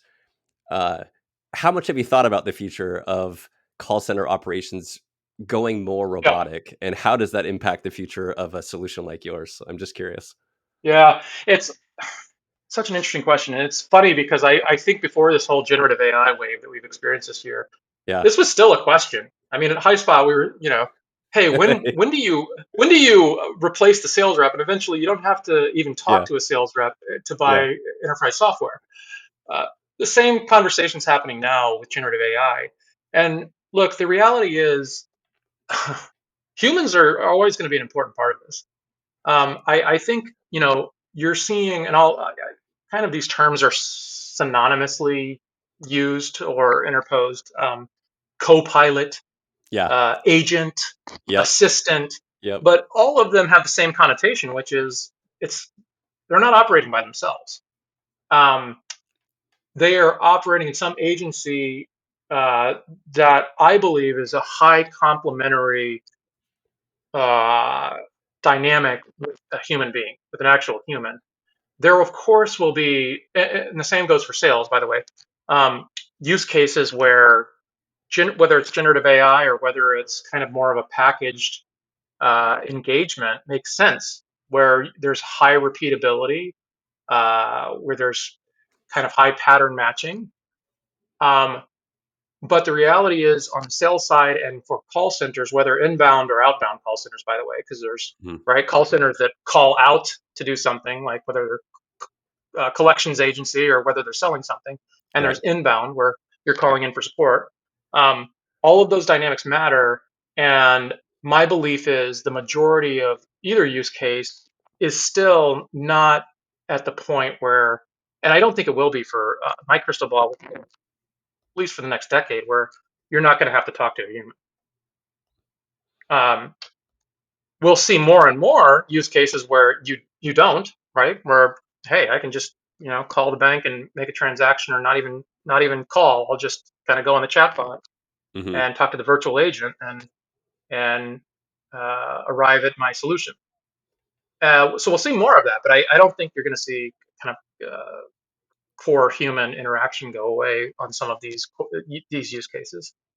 Yeah. I mean, I try to envision this in my own mind and think like, okay, there's oversight, like some person at the control center, like, having multi-threaded conversations going, and like little warning signals, or like tapping in and fixing things that are happening in real time. I mean, who knows what the future is going to hold, but that it's going to be fascinating to kind of live through this. Yeah, So, but your vision, I think, is more the vision I have, which would be like, look, it's the co-pilot who's there to raise indications, to provide guidance, to provide direction, support, and uh-huh. enhance what you're doing, but not to replace. Yeah. Yeah, yeah. I hope the promise of this whole wave continues to pay off. There's a lot of headlines right now of like, is AI going to pay off? There's so much investment going in and chips, and so much VC money going in, and big corporations are putting so much into this. The big uh, the, the big fangs of the world. Um, Yep. the biggest companies out Well, there. what I'll say is, and you're no stranger to this. You've seen the technology adoption curve, and you've seen this for a lot of different technologies. As Yeah, I mean, since the beginning of technology, there are cycles. What I will say is, I think this is one of the more transformative cycles, but it will be a cycle. Has to be. Um, and so the question is, what's the cycle after this cycle, yeah, and the cycle after that cycle? And it's exciting. I mean, like I said before, I pursued a career in technology because of the incredible positive impacts that it can have on a Yeah. human's capability. Yes. And I believe that that's becoming more and more true as the technology develops. Well, this series that this recording is a part of is called Going to Market in the Age of AI. And so it's not so much that I wanted to, drill down on AI, like, through the whole conversation, but it's kind of there, Krisp.AI, it's already kind of built in there. And Yeah, you're doing sure. stuff that's generative AI oriented. And, um, you're on the leading edge of that technology. But as Sam Altman and all these other people talk about like AGI in the future and, such and such will happen by the year 2030. The Yeah, singularity, like, I mean, it's such a fascinating time to be alive, and we're speculating a lot of it things right is. now, but it's so interesting because the age of AI is not going away. I mean, software That's and right. prediction algorithms and recreating our voices in different languages. I mean, it is so fascinating what's happening right now. So what a cool space to be in. And I'm Yeah, wondering, as you look ahead to the next, I don't know, however you want to look at the horizon, is it 12 to 18 months? What are some of your top priorities? And specifically, how might our listeners, of the various types that might be out there hearing this, how might they be able to play a role in assisting you in those strategic goals over sure. the next little bit? Yeah, well, the other thing I'll say about Crisp is we were kind of AI before AI was cool. Yeah. It's kind of like you remember when cloud was the thing you had to explain to somebody, like, what do you mean? What's the Yeah. cloud? That was kind of AI before this last year, but now on the flip side, everybody assumes AI means generative AI, which of course is a very limited view of AI. There's a lot of uh, other applications for AI, and there have been for decades. And that's actually where Crisp's technology was pioneered, not on the Mm. generative, but now that of course generative Hmm. becoming such an integral piece, that's a core integration and core part of the offering that we have now. Hmm. How can listeners help? I would love for you to help, by the way, that'd be great. But I will say part of the reason I've joined the companies that I have, if you haven't picked up on this already, is because I personally love and have passion for the solution that's being offered. And so I love using Krisp. And that's not me as a CRO or CMO trying to sell it, but it's I can't imagine my life without it now. Like I said before, I don't even use my mute button anymore. That's one thing. But to have by the way, bot free is another. You mentioned bots. Hmm. That's a core part of the on-device OS architecture. Is that you don't have to have bots because it's happening at the OS level, Hmm. and so it's a non-obtrusive companion to all of your digital conversations. This conversation we're having, your online meetings, your calls in a call center, um, and to have you know for a calendar that looks like mine, where you have back-to-back meetings, Yeah. uh, and you try to do your best to get the action items and to send them out, and you're still human. And not only are you limited in your capacity, but there's bias. Like I'm only going to write down the action items that maybe were important for me. And so to have the ability for me to focus on the conversation and to know that I have now my Krisp AI companion, my meeting assistant, that's doing all of the work to summarize the meeting, to summarize the action items, to have those assigned to individuals who were part of that meeting. That's a real game changer.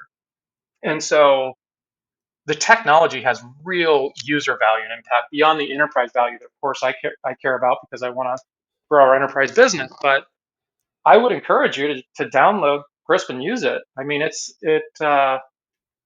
like I said, the PLG top-down motion for us is real because once a CEO or COO or head of Mm. operations is using Crisp firsthand, they just immediately understand the magic and the value that it can represent for their workforce. And so I would just encourage all of you. It doesn't matter what function or role you're in. If you're on a Zoom call once a week, there's a big role that Chris can play in that. So that's the easiest thing. And the beautiful thing about BLG is, yeah, uh, we have a free offering. You don't even have to pay for it, Yeah. and you'll still get an hour's worth of noise cancellation, and you'll get unlimited transcriptions, and you'll actually get a handful of summarized meeting notes as well for free. So it's a very low barrier to entry, and like I said, I part of my passion is I get value out of the technology. So uh, that's the main thing that I would ask you if you want to help me. But I really, for me, it's exciting because I do think it'll be a game changer for you in your digital voice communications and your voice productivity. That was not a setup question either to have you do that, but that No, I mean, thank like you. that's coming from such a genuine place. I remember when we were talking and doing the prep for this recording. I recall you were so passionate about this solution, and now I'm hearing it again, and I'm like, okay, I'll pay attention now. It's awesome. Um, I was telling you I just had a recent sickness, and I'm hoping I don't cough. So I'm really curious to kind of test out the technology and find out if I was hacking, would it delete it and not have it uh, get it be a conflict on the recording. Oh no, yeah, I'm still wowed by the. I have to ask sometimes. Are you sure you can't hear that? Because it's like Yeah, that's awesome. the one thing it can't do is remove the distraction for me. I've got a noisy environment. I've got kids Yeah, running around, dogs barking, but you're not hearing any of it. It's kind of, it really is kind of magical once you see it. And if you have like a recorded meeting where that's going on and you play back the recording, you're like, wow, it is just not. None of that's there. So even the core value prop is cool, but the new features, the new functionality really are productivity game changers. So yeah, I can hook you up, by the way, with a 12-month promotional free license if you want to, Craig. And if your users have interest, send it to me. I love it. I love it. Okay, I'll take you up on that. I've been wanting to ask this B2B versus B2C question. I don't want to do it quite yet because I want to make sure the question I asked you Yep. previously clicks. So to give our audience a window into how you're looking at the next 12 to 18 months, what are some of your that you're willing to share? What are your focal Yeah. points going to be? Well, so one thing that we didn't really get into, but is important to understand is Krisp is an oddly diversified stream of revenue for the stage that Krisp is at. It's done very well with really three different revenue lines. One being PLG, which is the individual user, the prosumer who's going to go get the free app and convert to a paid. Yeah. So that's a key piece of business, that's a key revenue stream. The second we already talked about, which is enterprise, and that's where we think a lot of the growth will come from in the coming years. And so a lot of good investment in that outbound motion, enterprise use cases, especially in call center with accent localization coming online, and a feature that we're introducing called call center transcriptions, which transcriptions in the cloud is a very expensive process. Again, an advantage of the on-device architecture Mm, is that we we're not we're not getting hit with that cost element. We can pass that on to our customers, and that's a disruptive motion. So we do think there's a lot of growth that we can still achieve in enterprise with the upcoming roadmap. And then the third area of our business is what you could think of as an embed or OEM kind of a business, where if you're familiar with Discord as an example, yeah. if you go into Discord and you look at the audio settings, you will actually see the Krisp logo, and we process billions of minutes of voice on the Discord platform through our embedded offering. Hmm. And so those are three very interesting different businesses. And because of that, I feel very confident about, you want to call it the diversification of our portfolio. Like we don't have all of our eggs in one basket. And that's good and bad, right? Because you can also dilute your resources in your investment, and it might be a better decision to heavyweight it in one of those business lines. But I'm confident in the mix that we have right now. And I think the flywheel that we look at on the consumer side and on the embed side, on the OEM side, really accrues back to the enterprise value at the end of the day. And so, where are our bets in the next 12 to 18 months? Uh, they are in the places across our three business lines that will ultimately accrue to enterprise revenue growth. And that's an exciting place to be for the role that I'm in and for what I hope to achieve in the next year or 2 years. So is it fair to say that those are the things that get you out of bed in the morning, or can we go a little deeper and why you personally wake up being like, this is my thing? Is it the team? Yeah, Like there's so much to that, I right? it's the Right? team. Yeah. Yeah, I love the expression that uh, one of my direct reports had in a previous role. He said, the best part about the job is getting to do cool, I'll say, cool stuff with cool people. Yeah. That's the summary.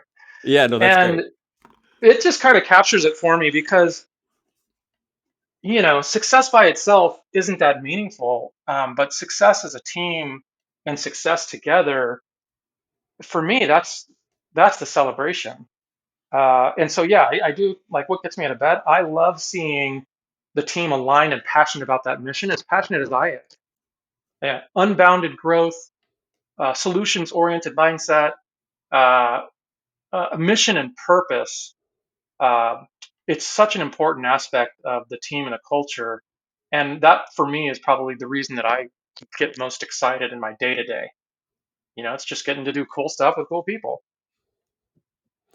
Okay, so I want to ask you the B to C versus B to B question because you just said it in such an interesting way. You're like the consumer side versus the OEM side, right?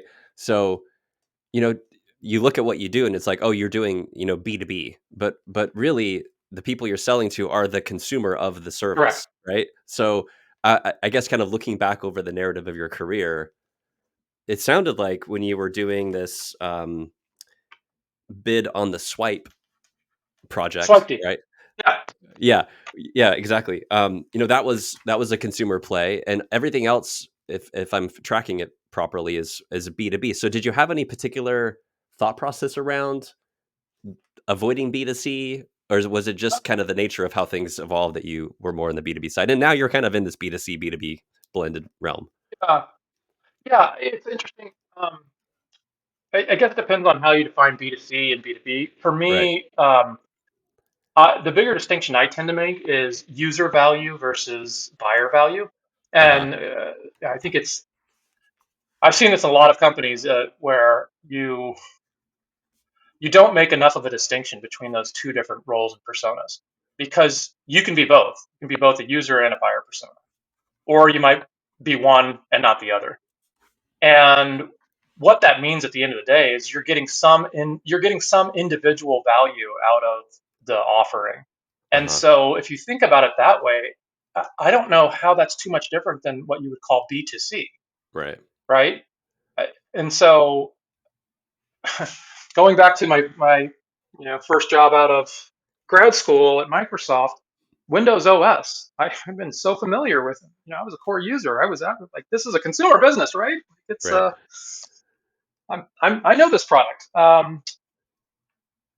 That that's a huge part uh, of the value that a quote unquote B2B go to market and engagement looks like, because there has to be both user value and buyer value in order to have a really viable long term business that you can build around. Yeah. And the way that you're marketing, selling, driving demand to the user, I think operates and behaves more like what you would think of in B2C than it would in what you would think of as B2B.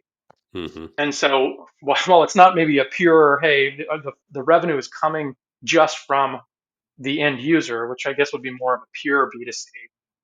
Like I said before, we have three business lines, and we actually do have a revenue stream that is based on individuals who are downloading and paying for the paid offering.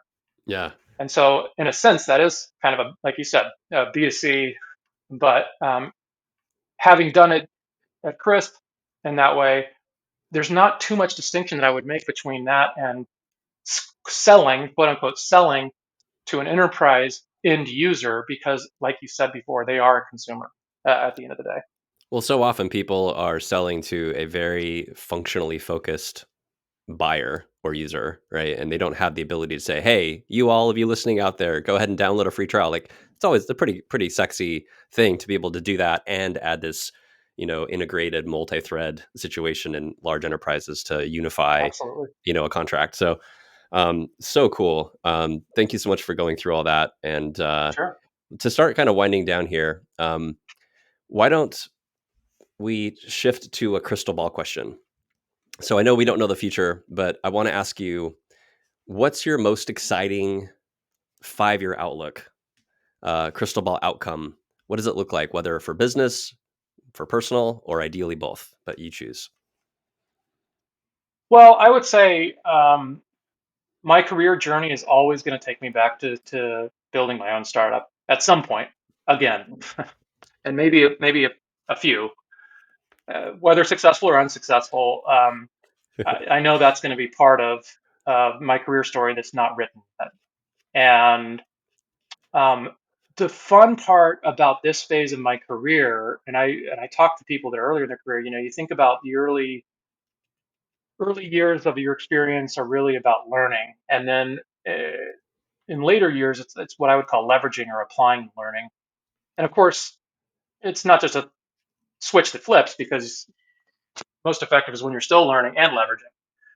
But in this phase of my career, uh, working for these earlier stage startups, I in my roles, I don't make a real distinction between the founding team and my role. I Hmm. really do feel like I'm part of the founding team, um, in the way that my role contributes to the value of these early stage businesses when you can grow them successfully.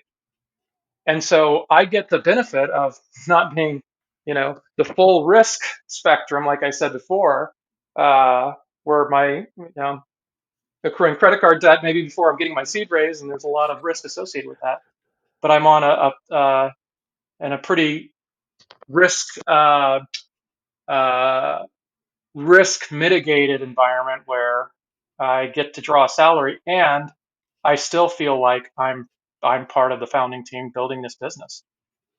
And that's been true for the last several roles, which I think, you know, getting to the level of more senior roles in an earlier stage venture allows you to do that. And that's a really fun and exciting phase of my career. So 5 years from now, 5 years feels like a long horizon. If I'm talking to investors, they might agree. I think there's a tremendous opportunity that Krisp has in front of us with everything that I've described, and I expect that's where I'll be spending my time building what I again feel like is really partly my business to build. And then who knows when and if I'll jump out to do my own thing or what that will look like, but I expect that'll be part of my journey at some point in the future. So, okay, this is a fun question that strikes people a little bit sideways, but what's something in your life that's happened to you in your life or career that few people will believe? Hoping you can come up with something. Well, one thing that I think is interesting is I learned through my lineage that I'm related to two American presidents. And so there's only two options there, but that always strikes people funny when uh, if I trace back on one side my great great great great however many grandfathers, I've got John Adams and John Quincy Adams, and that's just something that is always a kind of a fun fact because you see me, I don't look like I come from that lineage, and I'm certainly not presidential, but that's just more of a fun fact than it is like something crazy or strange that's happened to me in my career. Um, I will say, I felt so incredibly grateful for the experience that I had going to pursue my MBA and the resources that I had at that time. I think the surprising thing um, that people always say is like, well, why didn't you go pursue that startup? You've gotten all that prize money and all that bootstrap winnings, and you said entrepreneurial path was your thing. Why did you go Microsoft versus Hmm. the startup? And actually, the capstone of my MBA was writing a business case study for would-be entrepreneurs to actually warn them uh, about the potential risks of taking outside funding too early Hmm. or when you don't need it. And that was kind of a key learning I didn't expect to have in my own career because here I was with a business plan with a great technology. It was based on a social search concept at the time versus an algorithm based search. Very innovative, great business model, a lot of great winnings. And ultimately, I had to make the decision not to pursue that and to pursue the Microsoft route instead. And again, key inflection point. I couldn't imagine it any other way if I trace back, but that is one surprising thing for myself that I opted not to take that at the time for reasons I didn't expect. And so I really do think you have to be discerning about that decision to take outside capital as an entrepreneur. And I didn't fully understand that. Going back to the fact that I had pursued my MBA to learn about venture backed startup, Yeah. ironically. Yeah. So it was just a paradox where I ended up, the thing I thought I was learning, I actually also learned the risks and the pitfalls of that at the same time. And so, yeah, I guess that's the one example I might bring to you. What's the biggest hiring mistake or horror story that you've ever heard or seen? And what do you think should have been done different? Oh, wow. Horror story is a pretty strong, it's a pretty strong connotation. But I've made some bad hires. I've also inherited some sour apples, sour grapes, if you will. Okay. Uh, and in either case, it is so critical that you can identify that there's going to be an issue early on and to correct it. That's the big single biggest learning is really taking fast action when you know you've made a mistake in hiring. Um, in marketing roles in particular, I found it super important to include not a take home exercise, which you'll sometimes see, but two things. One is to have a real time on the fly exercise, almost like one of the slots on the interview is 1 hour where you don't have any idea what it is. You get the exercise for the first time and you have to complete the exercise.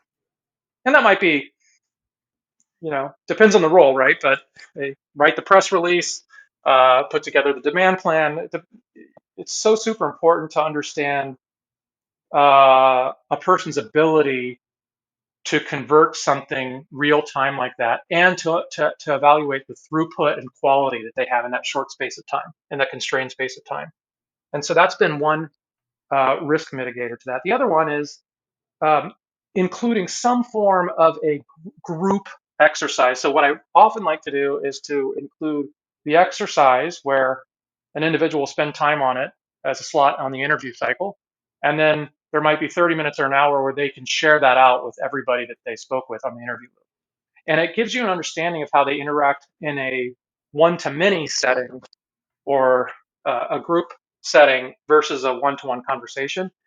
And that tells you a lot about a candidate that you couldn't otherwise understand unless you had that format. So those are two elements I've had to put in place. But before I put those in place, I learned the hard way that you might think somebody is a great hire, their experience looks good, the resume looks good, they interview well, they say all the right things, and then they come on board. And there was one individual I hired in a senior product marketing role. And once I started to onboard that person and see the lack of quality in their ability to verbally or not verbally communicate, but written communication, positioning, marketing communication. It was atrocious, and it was so shocking based on how successful the person had looked on their resume and had interviewed. Um, but that kind of goes back to the indication of you really don't understand the work quality until you see it, and having some kind of a specific exercise related to the role on the interview loop, I think really helps mitigate that kind of mistake in hiring. For my benefit and for the people that are hiring managers on in our audience, is it possible to do one more pass on those that sort of two-pronged thing that you do to be able to test the quality of their work product and give it traction with a little bit, like you said, like maybe it's a press release if you want to run with that one or something else. Yeah. Can you give us um, just a simple little example of that for the first pass, and then Well, and then how they pass it out to the group after? so let me just give you my experience with Chris because I think this one's kind of, especially for more senior roles, right? Uh, and for startup and for founders, you part of your interview process and job is to educate them because they many times don't know what they're Yeah, looking for. right. And your job is almost not an interviewee candidate, but it's a consultant.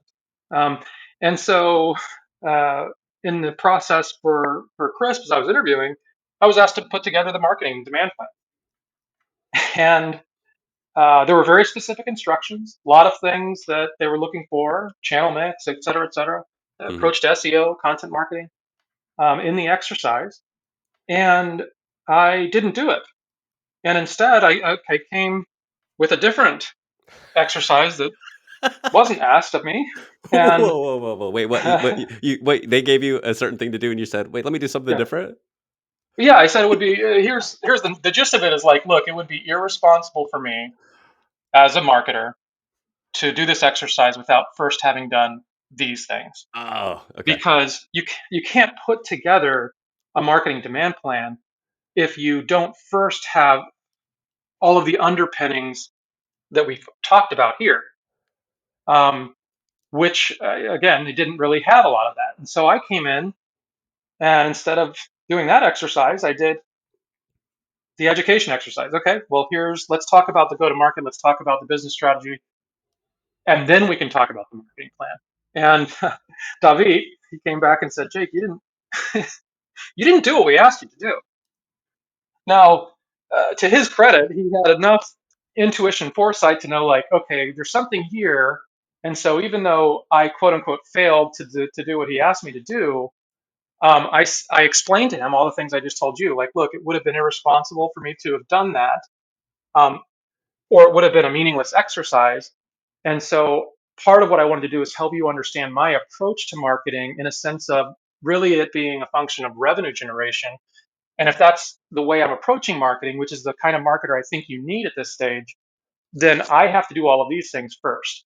And so now that I've done those, he invited me to do a second follow on to now do the original exercise he asked me to do because we had done the foundational work.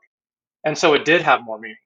And so I actually ended up making more homework for myself. But like I said before, I didn't really view it as homework as much as I viewed it as part of how I had to approach educating the founding team on what kind of executive they needed and what kind of skill set that I brought to the table that could fulfill that.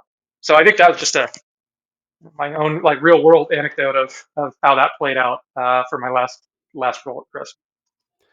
So it sounds like the way that flowed, they gave you something, you said, "I'm gonna do," whether you told them or not, "I'm gonna do something different." You did something I didn't different, tell and them.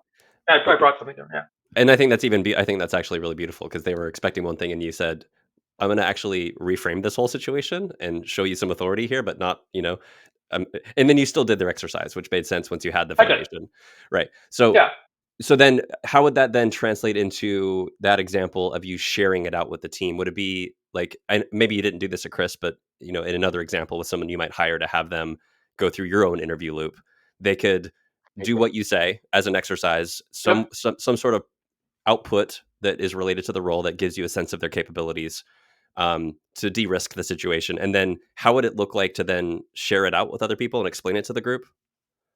It takes on different forms depending on the role. But for me, in these, right, I'm putting together basically the go-to-market strategy, the revenue strategy, demand plan, Right. and that requires just like you would in a real-world setting.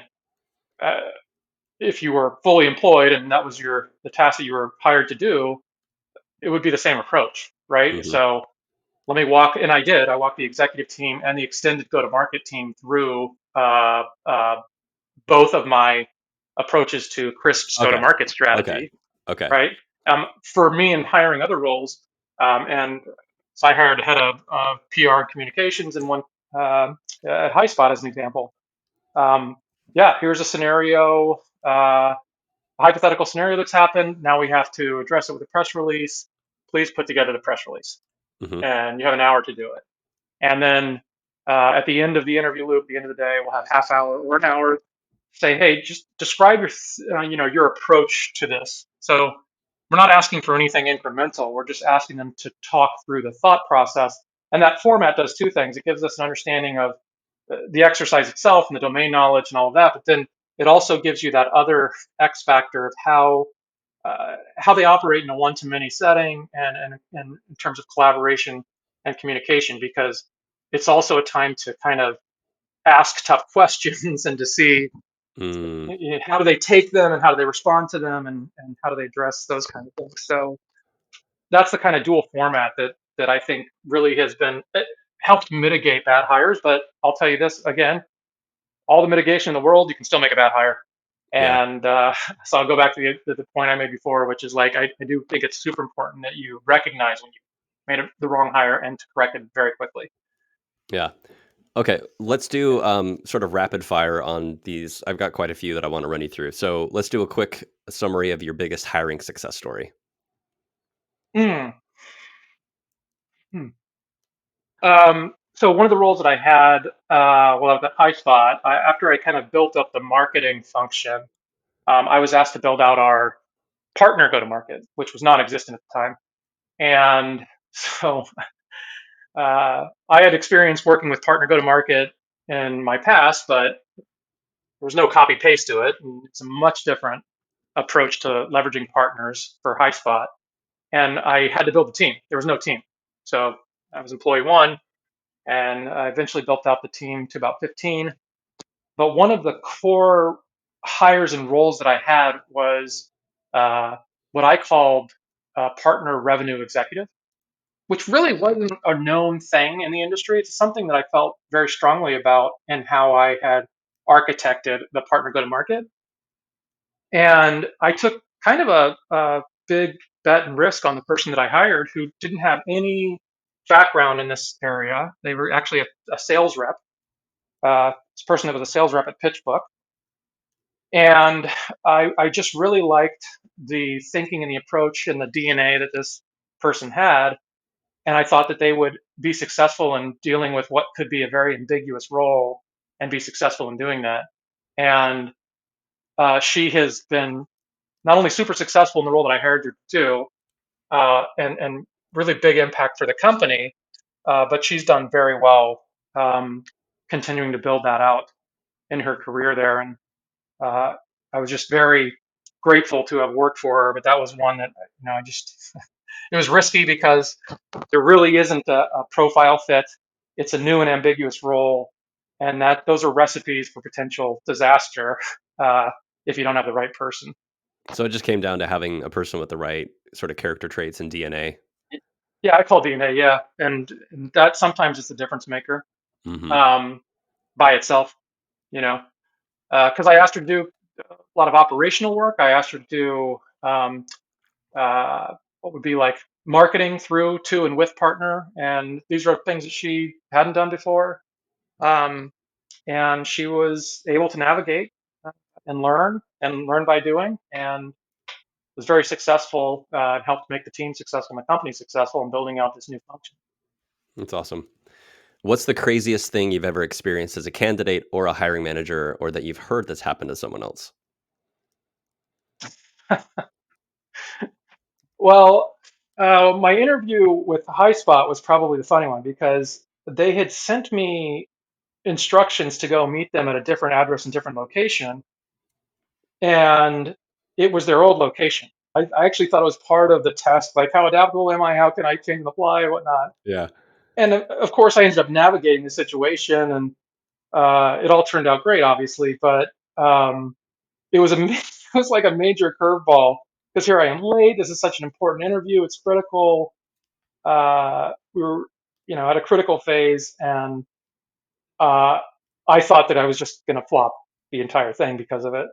But it turned out to actually showcase how I could adapt and be flexible under changing circumstances. Ironically, which they didn't design it for that, but that's the takeaway that they had and how I dealt with that situation. Well, and even for you to be able to assess their adaptability too, and like how did they take it out on the person that made the mistake, right? For sure, yeah. Yeah, I mean, goodness, if you're not interviewing just as much as you're getting interviewed, then yeah, be careful. yeah. All right. What advice would you give to someone who wants to switch into our industry? Just any high level Hmm. thoughts on making a switch into the sort of tech space. Yeah, look at where you're sitting currently and how you can leverage that experience. So there's often something right there in front of you that can showcase your aptitude in the place that you want to move to, whatever the industry. That's one thing. The other thing you should consider is a full-time MBA program. Why? Because it allows you to make a significant career functional industry shift. Often you get to test run potential career and function in your summer internship between your first and second year. And it really does allow you to pivot into a new industry. So I often tell people, if you're considering an MBA, be careful what you're trying to get out of it, but here's some of the different things that would really make that experience worthwhile, and that's one of them. Awesome. What advice would you give to someone who wants to make progress in their career in sort of a go-to-market function, such as moving up into leadership or an executive role? Yeah, I'll just go back to the earlier phrase about, learn as much as possible early in your career, and then you start to look to leverage it. So Hmm. the more different and diverse experiences you can get, the better. Um, the fact that, I was able to take on the head of marketing at an earlier stage, and then to build out a non-existent partner team for 2.5 years and make that be a formidable part of the go to market. All of those different experiences accrue to being successful as a revenue leader, regardless of what revenue function you're in. So that would be my advice: is learn by doing, learn as much and as quickly as possible, especially earlier stages of your career. What kind of qualities do you look for in people that you want to have on your team? Go back to again to what I said before: no problems, only solutions. Everybody can identify the problem. What I'm looking for is, here's the problem, but here's 3, 4, 5 different potential solutions. That's key in somebody's thinking. Um, and then the curiosity and the learning aspect. I think somebody who's really shows that they're hungry and always knows that they're never going to have all the answers or the right answers, and when they do, they change. Those are the kind of aspects of DNA that I look for. And so if somebody's out there listening that wants to come work for you, how would they go about it? And what would be a really unique approach someone could take to really blow you away and make you want to hire them right there on the spot? Yeah, I think I had a misperception. Like, okay, executive CEOs, they don't like, you just get lost in the noise. It's just not true. Um, if I get an email, if I get LinkedIn DM, if somebody asks me to go talk to them, I'll do it. And I place a big premium on the proactivity and initiative that somebody takes in that way. So I would say, go do that.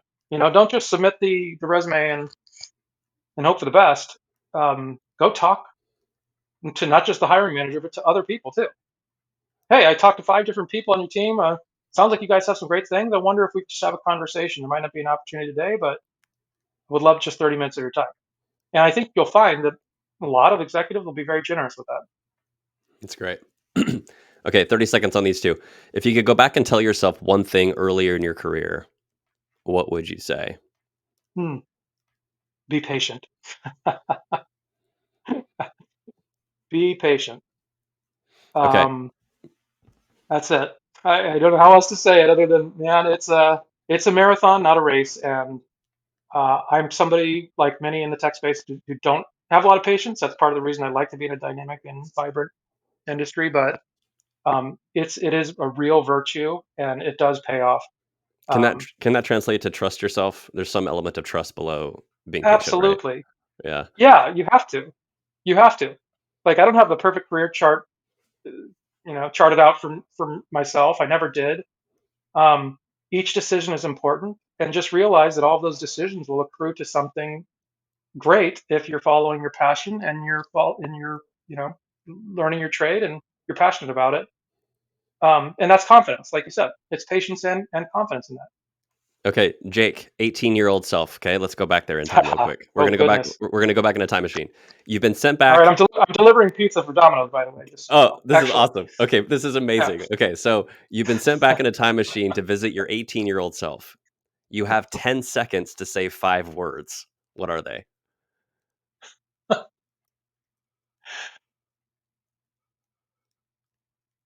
Uh, don't get upset if you get stiffed on your tip. Oh, we're gonna talk about pizza tips. Okay, do it again. Yeah, it's a long game. Oh my god. Um, yeah, Repeat what you said because I didn't catch the tip piece. I mean, um, don't take it personally when you get stepped on your tip. Oh, when you get stiffed on your tip. Okay, that's so funny. Yeah, and All it right. happens. It happens a lot, and it happened a lot. Uh, All yeah, right. Let's wrap it up with this final question. To give our yeah. listeners a full 360-degree view of who you are and what really lights you up and recharges your battery, what are the 2 to 3 non-obvious, more personal things about you that you're most passionate about outside of work, or any Mm, fun rituals that you have that make life more meaningful for you? that's a really good question. So I have four girls, and four girls between the ages of 5 and 13. Oh my gosh. Um, I love being a girl dad. There's just it's just so much fun, and it's we're heading into the years of madness. So I can only imagine now that I've got one embarking into the teenage years, what this next phase is going to look like. But that's a huge portion of my life, and I get a great deal of energy um, out of just watching them as individuals, and how they grow and how they form and how they think. It's just fun. Um, uh, Kind of personally as well, uh, I have an affinity for emerging tech, as I said before. And one of Mhm. the things that I find really interesting, even though we've kind of gone through a cycle on NFT technology and crypto, um, uh, I've been in crypto for a decade, uh, and a lot has changed in that time. But I'm just fascinated by financial markets and technology and where those things intersect. And I've been doing a lot to kind of on the creation side and the collection side of digital tokens, NFTs, as well as physical collectibles too. As I said before, I love and I'm passionate about collecting comic books and Mm. old retro sports cards and other things like that. And it's just for fun, more than anything else. I'm not. I don't want to leave a legacy of a bunch of stuff as much as it is just interesting because it's a dynamic and changing hobby, and so I find a lot of enjoyment in that as well. How much do you care about the happening of Bitcoin and the ETF coming up? Do you track that at all, or are you more on the NFT side? No, no, no. I'll tell you a terrible story in some ways, but I bought my first Bitcoin in 2014. I bought 10 Bitcoin, and at the No time way. they were about $100. And so I spent $1,100, and then I think it was like a couple months later, I sold all of it at a loss. Oh, jeez. I sold all of it at a loss, but I've stayed long since the beginning, and what I tell everybody is I love to diversify everything. Because you just don't know, and it's more just a sense of curiosity and learning and fun. And so I've stayed in crypto, but I'm on that side as well. The halving, we'll see what the impact is. I've also diversified on that side by investing in some of the mining operations, which I don't know if Mhm. you've been tracking any of these. If you look like Yep, Marathon and what these yep. have done over the last month or so, my goodness. And you never expect some of this stuff, but again, it just goes to show you like be patient. Go Uh-huh. back to that one. My Yeah. goodness. And be exploratory. And so yeah, I think having matters. It will have an impact. I think limited supply in Bitcoin in particular, I think is ultimately going to have a big impact in relation to fiat currency and things as you're looking at the future of financial markets. But super interesting space right now And do you want to that I'm do you want just to not as much into. do you want to predict the impact of the ETF? Uh, yeah, I think it's going to get. I think should get the green light here formally in a couple days. Yeah. Yep. Um, it's interesting. I saw a counterpoint to what I think the prevailing wisdom is, which is if BlackRock and these ETFs start to kind of dominate the supply side of the market, then there's not going to be the same level of vibrancy in the market, and it's going to actually kill off the cryptos, which I thought was super interesting. I don't believe that, by the way. I think Mhm. it's going to be a highly robust market. And I think just the ETF approach. If I think about my dad as an example, he's been asking me about it. I've tried to get him into it, and just not willing to go there because there is a lot of complexity and difficulty still. This is Yeah. just going to reduce that barrier to entry for so many investors like him that I think it's going to be ultimately a net big impact for adoption and maturity of cryptos and actually using them. A lot of people think, okay, well, what are they? Not useful, but I show them, oh, here's my Coinbase card and it's tied to my cryptos, and actually it's money, it's real. It's not funny money, it's real. And so the more people start to understand that and understand some of the dynamics of this still emerging space, I think it's got a lot of upside potential. I got to put financial disclaimers in here now. Yeah, well, yeah. Oh, yeah. By the way, your mileage may vary. This is not. I have no fiduciary responsibilities. Yeah. I'm not a financial advisor. All right, Jake. Um, Any final thoughts you'd like to leave with our listeners, including how they can contact you? I've got all that covered. Well, let's yeah, unless you have you something can you find really me. want to put out there. Any final thoughts? Anything and everything that you'd like to just close up with? I'd want to leave you space for that. I like the Ferris Bueller quote. Take some time to look around. You might miss it. Mm. Life goes pretty fast. At Highspot, Robert had one of the core principles that he said, and he called it "enjoy the ride." So I think, you know, this stuff can be hard. It can be stressful at times. It can be disheartening at times, discouraging at times, and that's just part of the cycle. But uh, try to enjoy these moments because they do go fast. And we really, those of us who are in this industry and who have the ability to even participate in some of the opportunities that we've been talking about is such an incredible gift. And so just appreciate that and enjoy the ride and have a lot of gratitude. All right. Well, let's wrap it up with that. Thank you so much again for coming on the show. Thank you. Really enjoyed it, Greg. And that's a wrap on this episode of the Bear Hug Experience. Thank you so much for joining us. If you enjoyed what you heard today, please give us a like, click, follow, or subscribe. We appreciate you taking a moment to give us a quick rating and a written review so we can continue to expand our reach and inspire the next generation of leaders to help make this world a better place. You can also contribute to the conversation around this specific episode by using the comments section at whatever platform you're on. And last but not least, if you have direct feedback, a question, or a guest you'd like to suggest that we have on the show, please shoot us an email at podcast@bearhugrecruiting.com or visit bearhugrecruiting.com/podcast. Thanks so much for listening, and we look forward to having you join us again on another episode of the Bear Hug Experience.